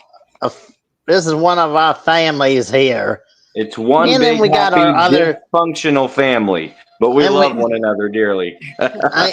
but other shows we got our families there, so we're in multiple families on. That's nice. You know, Deb, it takes a lot of courage to come out and pull your heart out, and but you must feel safe doing it on this platform. Which I want to thank everybody for last week, welcoming my daughter with the kindness and the love that you showed her. And I mean, it really went a long way with my daughter. She went to court today. I'm telling you, the system is so stupid and so corrupt. She was supposed to go a week ago, but they lost her paperwork. Oh, Oh dear. So she gets penalized for that, even though it was the nitwit's fault for losing it. So I called up the lawyer and I talked with him today, and I'm like, what is going on in the system? And then today in the courtroom, nobody knew what she was there for. But then they Oh, gave her 30 more days. So oh dear. so she says, Ma, I said, I don't get it either. That they didn't have any paperwork. They don't have the police log, and no one knows why. And then they gave you 30 more days because they screwed up. oh no. So, Really? so now Really? she's there for 30 more days. I don't know. Oh my God. So, Gail, is there anyone you can get in touch with, like either a congressman or a senator or a She not governor? even. I didn't think that she hasn't received any mail yet because this is what they do. They send all the mail down to Florida, Oh, and brother. after that they go through their mail, and if they don't like what's said, they throw it away, or they put it in an email form and send it back to her. It's Good Lord. crazy. Oh, that is crazy. She doesn't get her actual mail. Huh? Did she not get any actual mail? She hasn't Or gotten is it anything all? yet. Nothing. But I mean, you said they put it in an email. Yeah, it goes to Florida. They look at the contents of the mail, and then I don't know what they do. Then she said they send it back to her in an email form. That doesn't make any sense to me. So then she wouldn't even actually get the card itself, right? Oh, that I don't know. I'll ask her when she calls. If it's an email. I mean, I know if part of someone the thing about what's the sense? What?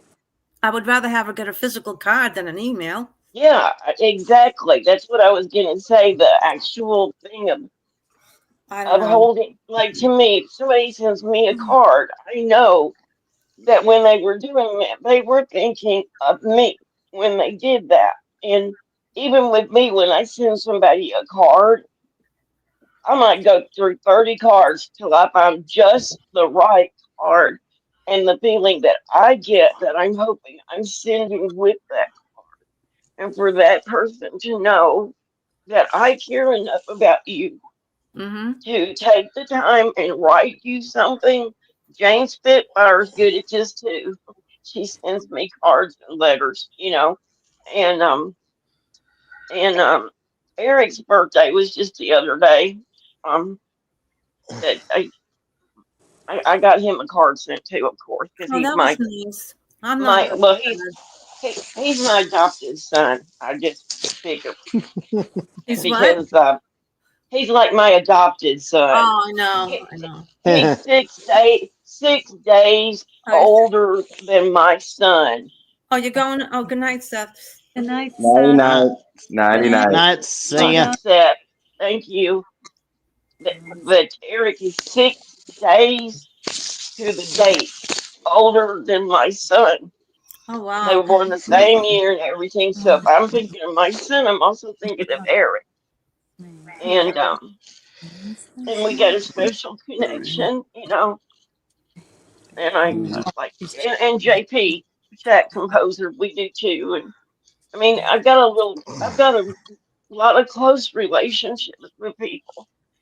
It's just, Hey, it would just be nice to have a physical visit, because I've not met anybody in person except Joe and Fran and Dan and Angela. That's it. And well, and then Jody, and that's it. That's the only visitors really that I've had, in all these years. And anyway, I didn't mean to break down and cry, but I do that a lot lately. And I'm hurting really bad now, not just oh, physically but emotionally. uh, mm, Well, yeah. uh, When it involves your children, yeah, it breaks your mm, heart. mm. Yeah. It's a pain that you can't explain. No, a mother's love has never gone away, no matter what happens to, no matter what your kids do. Right. And I know Joe and Fran miss their kids too. They've got 4 kids, and and I hurt so bad for them, for y'all.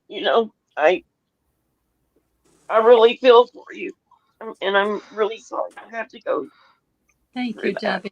Debbie. We think of them all the time, and the worst part is not knowing, like you with BJ, not knowing what they're going through. We have no idea. Yeah, that Yeah, stinks not knowing. That's the hardest part. Hmm. it's painful. It hurts your heart. I, I agree, absolutely. It's sad. We're. I, I'm so sad that you got to experience that. Just so sad, and you can't. He loves you, and you ain't alone as long as he's surviving. Hmm. Dallas, do you have children? I don't, but I do have a goal of one day finding somebody in my life. Oh, good. I hope you do. And they'll be very happy to have someone like you. I How I old are think you? How old are you, Dallas? 38. Oh, you're a 38. youngster. Yeah, still a I youngin'. wanted to tell it was happy birthday to Eric. Yes, it Yeah, was. say hi to Eric. Yeah. That was the Yeah. 17th. Well, I ain't seen Dan and Angela for a long time, They're in the process of moving. They and I sold ain't. their house, and they don't know where they're moving for sure yet. They just packed everything up and put it in storage, and we're gonna just go out and see what happens. I thought they liked it up there. Yeah, they did, but um, I'm not. I think they needed to get out of the cold so much, Um, because they were thinking about moving to Arizona, which oh, wow. that's one extreme to the other. Oh, I yes. couldn't survive in Arizona. I can handle the cold.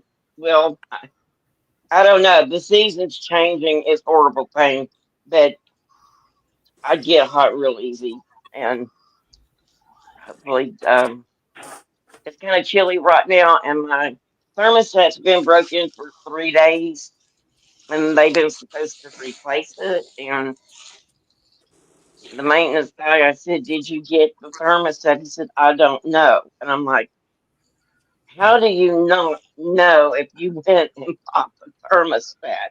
I said, "Obviously you didn't." But then again, today I said, Jack, where's my thermostat? Oh, I don't know. I'm like, okay, so you didn't buy it again. He said, probably not. So I asked the administrator to send Jack a reminder that before he gets here tomorrow, he's got to go buy me a thermostat because I can't operate heat, air, anything without it. So, and I'm paying for it. It's part of my rent is to have certain things. And,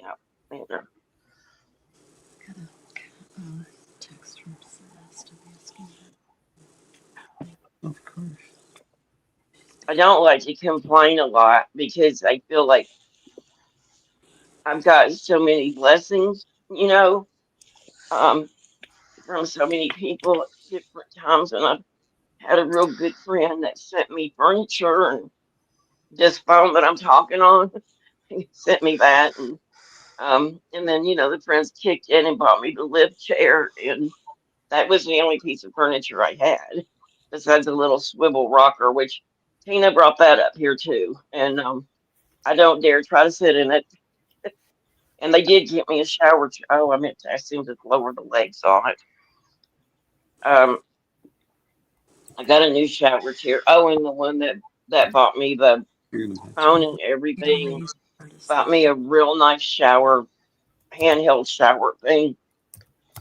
Because they didn't have one here in this apartment either. So, and I can't do a shower overhead, but then I still have to have help. And I'll tell you one thing that sucks about getting older. We're never really told the truth about what it's like to get older. Um, those golden years is a joke. That's These are not golden years. They're more like lead. Right Um, on, Deb. B. yeah, they're heavy and hard and um, difficult to carry. And like when I was in the hospital a couple of weeks ago, um, at some point you end up losing your dignity. And I was so humiliated because the CNAs that were working with me, and this was probably a little out there that nobody might want to hear, but this is just reality. It was two young men that were my CNA certified nursing assistant, and they do all the work that the nurses don't do. The nurses do the meds and everything, and they like change your bed and help you to the bathroom and things like that. Well, I couldn't even stand up and hold myself up. So there was a young guy holding me up and another guy putting me on the toilet. Wow. And then these kids, they're kids, I'm old enough to be their grandmother. And I know. the humiliation, I can't, I cried for 2 days. I was so angry when I got home and I cried and cried because there's no dignity. You lose it. You're in a freaking hospital gown. The back of it's open. You don't know if they wanted to put a freaking diaper on me. I'm like, no. I mean, give me a pull up maybe, but not a freaking diaper. And I mean, it's just like, I'm an adult woman. Don't treat me like I'm nothing because that's what I felt like that I didn't. That I don't like not having any independence, but I do. At least I had my apartment, But then if I got too sick, I would have to go back to the nursing home part. And I don't want to do that. I Oh, just want to yeah. have some dignity left. It hurts so bad when you feel so humiliated. And they say, well, we do this every day. I said, you might do it every day. I don't. I'm not used to a young man wiping me or doing it. That's not my normal. It might be yours, but it's not mine. Yeah. And I said, you need to respect that from my side. That this is it's not normal for you get naked in front of people you don't even know. It's just that's what. getting old and sick does.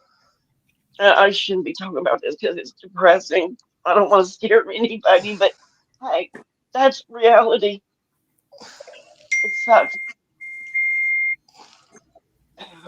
If there's a good side to this at all, Debbie, it's the fact that they walk away from you and they move on to the next person Right. and you're forgotten.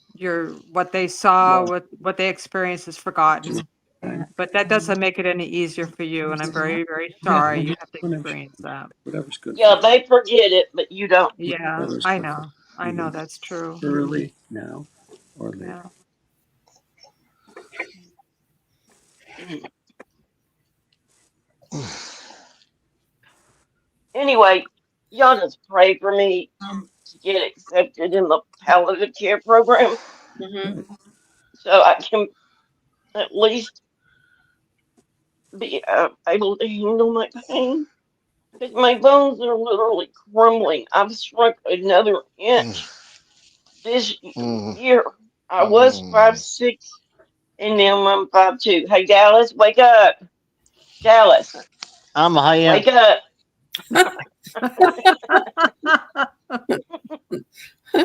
You were snoring. It's okay, Dallas. Well, it's sad that you experiencing you, and you ain't bothering us by sharing things with us. I don't mind. I don't Oh, thank mind you. one bit. Yeah. Well, I just, I, It's amazing, Debbie, you're able to smile and laugh off and Mhm. on. I don't know if I could do that in your situation. I don't know. well, when you're young, especially if you were raised in the truth, You're right. and I The was, lie. Well, yeah, alive, Yep. and I was always never gonna get old. You Yeah. know, never. Yeah. I remember in the '60s, Mom and Dad said, "Oh, you'll never start to school. Armageddon's right around the corner." Yeah. And so everything was put off because Armageddon's right around the corner. So you didn't prepare to get old. You didn't prepare for retiring. You say, Nothing. You're just Yeah. going along. And I mean, and I knew there was something wrong from the time I was around 5 years old. Mm. I knew that something wasn't right. And but I still got baptized at 14 in 1975. And even Mm. then, I couldn't understand how could they possibly know Right. Armageddon was coming that October around the 5th, Yep. because the Bible said nobody knows that, not even the Son of Man. It's coming as a thief in the night. And even when I was getting baptized, that was going through my mind the Mm. whole time. But I didn't feel like I was baptizing myself into the witnesses. Right. At that time, I thought I was devoting myself to God. Yep. And they didn't say. I don't remember them saying the words that they say now.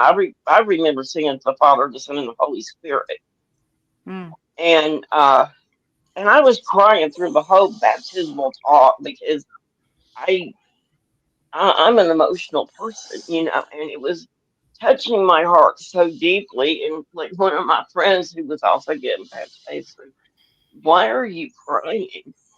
And I'm like, "Why are you not?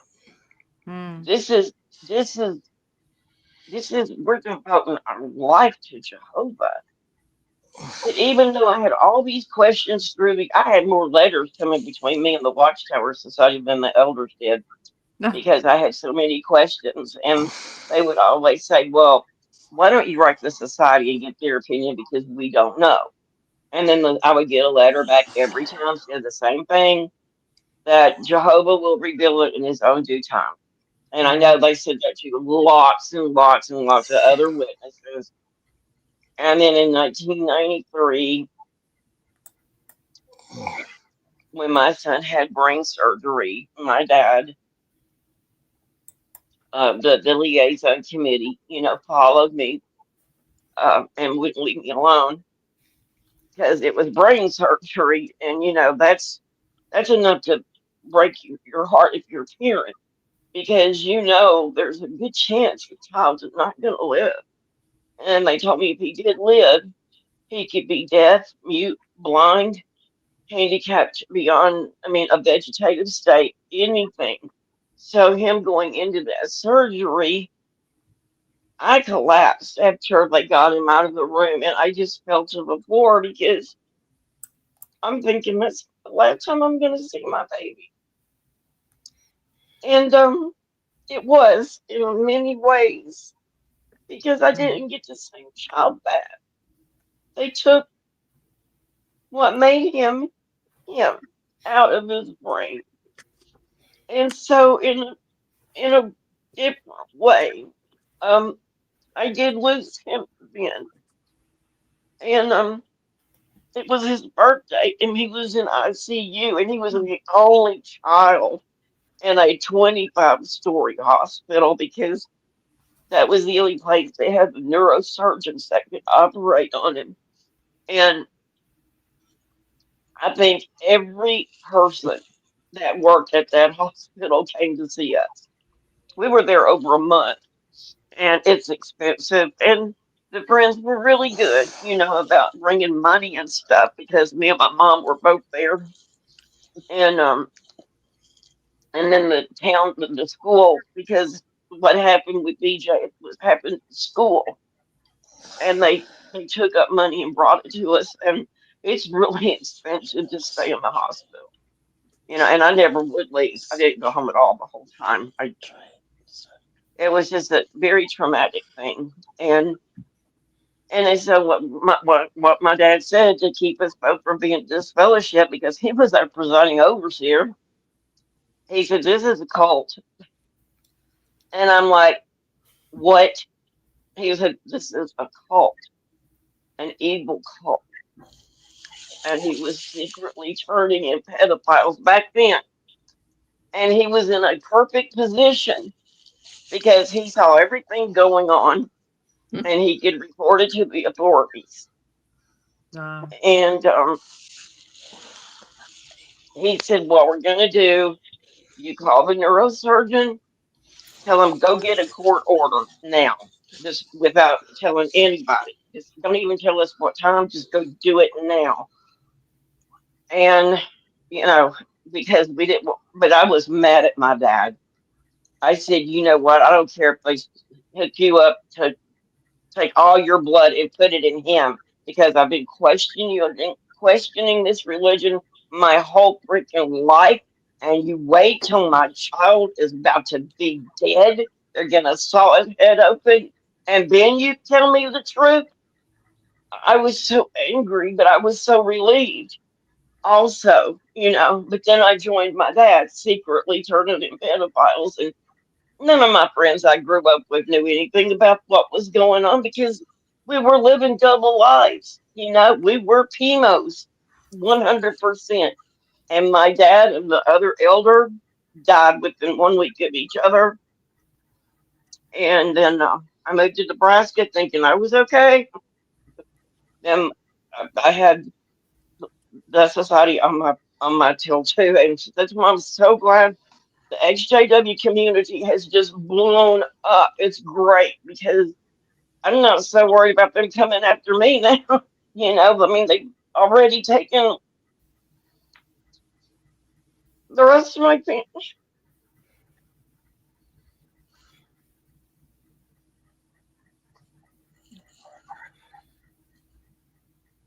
I'm sorry. right now. No need to apologize, Debbie. You do have family here. You, No. you, Hey, you, Debbie. you certainly do. You got family here. Debbie, we just got word from Celeste. Anyone, if everyone knows, I know Gail, you know Celeste. Yes, I love some. She just got out of the hospital. She's been dealing with cancer for 2 years, and she just wanted to let everyone know. I'll read this here. She said, "Pain is a terrible thing. At the moment, my pain is bearable. That was the goal. So far, so good. I was able to go to the store today. That's a big, Beautiful. Beautiful. and without my walker, So apparently she's doing better, and she just wanted to say hello to everyone. She's not able to come on, but just to encourage everyone here. And we probably are going to wrap it up earlier tonight because Shauna's got some things going, and Okay. we just appreciate everyone coming on and supporting everyone. Debbie, you're going through a lot. We are glad that you came on and shared it. Sometimes sharing is the best thing we can do. And Annie and Dallas, Gigi, Gail, Thank you. and all the others that came on earlier, Paul and Apostadude. And if I left anyone out, Seth, thank you for coming on, Seth. And Dallas, yep, I said Dallas. So we I look want to. forward. Go ahead. I ain't seen Becky. I ain't seen Becky in long time. Yeah, we I have not either. Yeah. I miss her. I've been I've been concerned, but we're happy to have faded San Diego back after he was missing. Now he's back with us, our Good. family Yes. again. Yes, he is. And Debbie, Seth said that he's going to call you. I'm going to send your number again to Wait, him because in his move he wait, lost it. So you're going to be getting some cards, Debbie, and wait. hopefully that'll cheer you up a little bit. Well, thank you. It's nice to be able to see somebody too to talk to that you know. And I do have to say one more thing. I'm doing physical therapy now, and my physical therapist's name is Skylar. So that broke the ice right off the bat. Then and I might have already told y'all this. And then I was talking about how I was raised in a different kind of religion that I would call a cult now. And I said they had some weird things going on. He said, "Yeah, I can relate to that." And I'm like, "Okay." And he said, "Yeah." He said, "I know some." He said, "I was kind of raised in a cult too." And I'm like, "No way are you a no, this can't be Jehovah's Witness too." Well, it wasn't. And I said, "What state were you from?" He said, "Utah." And I Yeah, said, there you X, go. and he said, "Ex Mormon." I said, "Ex Jehovah's Witness." And we both busted out laughing. Wow. So I like going to I like going to physical therapy. Just we have a really good time. And he's being That's shunned. good. You know, he knows all about that, and his his parents want him to bring their kids and leave them there for the weekend or something because they're still little. And he's like, "Nope, you know, you're gonna shun me. You're not gonna see the kids, and we're not ever gonna leave them alone with you because you're Amen. gonna try to indoctrinate them in that crazy religion Yep. Yep. cult." Good. So Good. that's There you that's go. one thing I like. I like my. I mean, he kills me with the therapy hurts so bad, but I say, well, this is a hurt so good kind of pain, you know, because I know later it's gonna benefit me. Oh, what is going on? Well, Debbie, good night, and I love you. Good Good night. night. Love you, Yes, Debbie. love I love you. you too. Want to say hello to Love all of Fallen? y'all. Fallen Oh, yeah. could Bye, not. Fawn. I She couldn't come on earlier because she was working, but she on with we were going to wrap it up, Fallen. But if you have right? something you wanted to share, What? you've got you're muted, Fallen. What you? You just have to unmute yourself if you're able.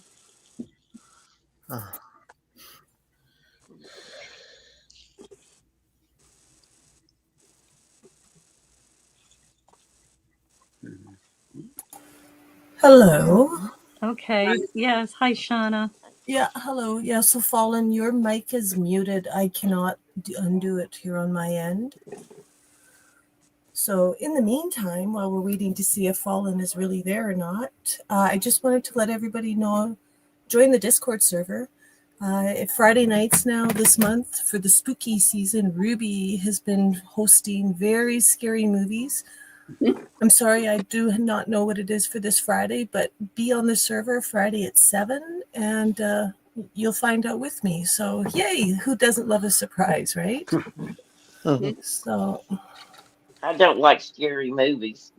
oh yeah, no, I honestly I can't watch a lot, so I'll just join them in the chat and make sure everybody's doing okay. So I think too I like much, so I psych suspenseful myself out. movies, but not horror movies. You know, anything demonic or any. I don't get into that at all. But I yeah, like that's my sister. They do that. I like thrillers. Yeah. All right, Well, Q I'm gonna Fallen. say good night. I'm gonna say good night to everybody, Good and night, thank you Good so night, much. Debbie. Good night, V. Debbie. V. Good night, Good night, Debbie. Debbie. Good night, Yeah, all. good night, Thank and you thank for y'all so much. joining us. I My thoughts appreciate with the all. encouragement Love you and the all. hugs. Hugs Y'all back. do. Y'all. Have a Bye. great week, everybody. You Good too. Y'all night. take care Thank you, now. Shauna. You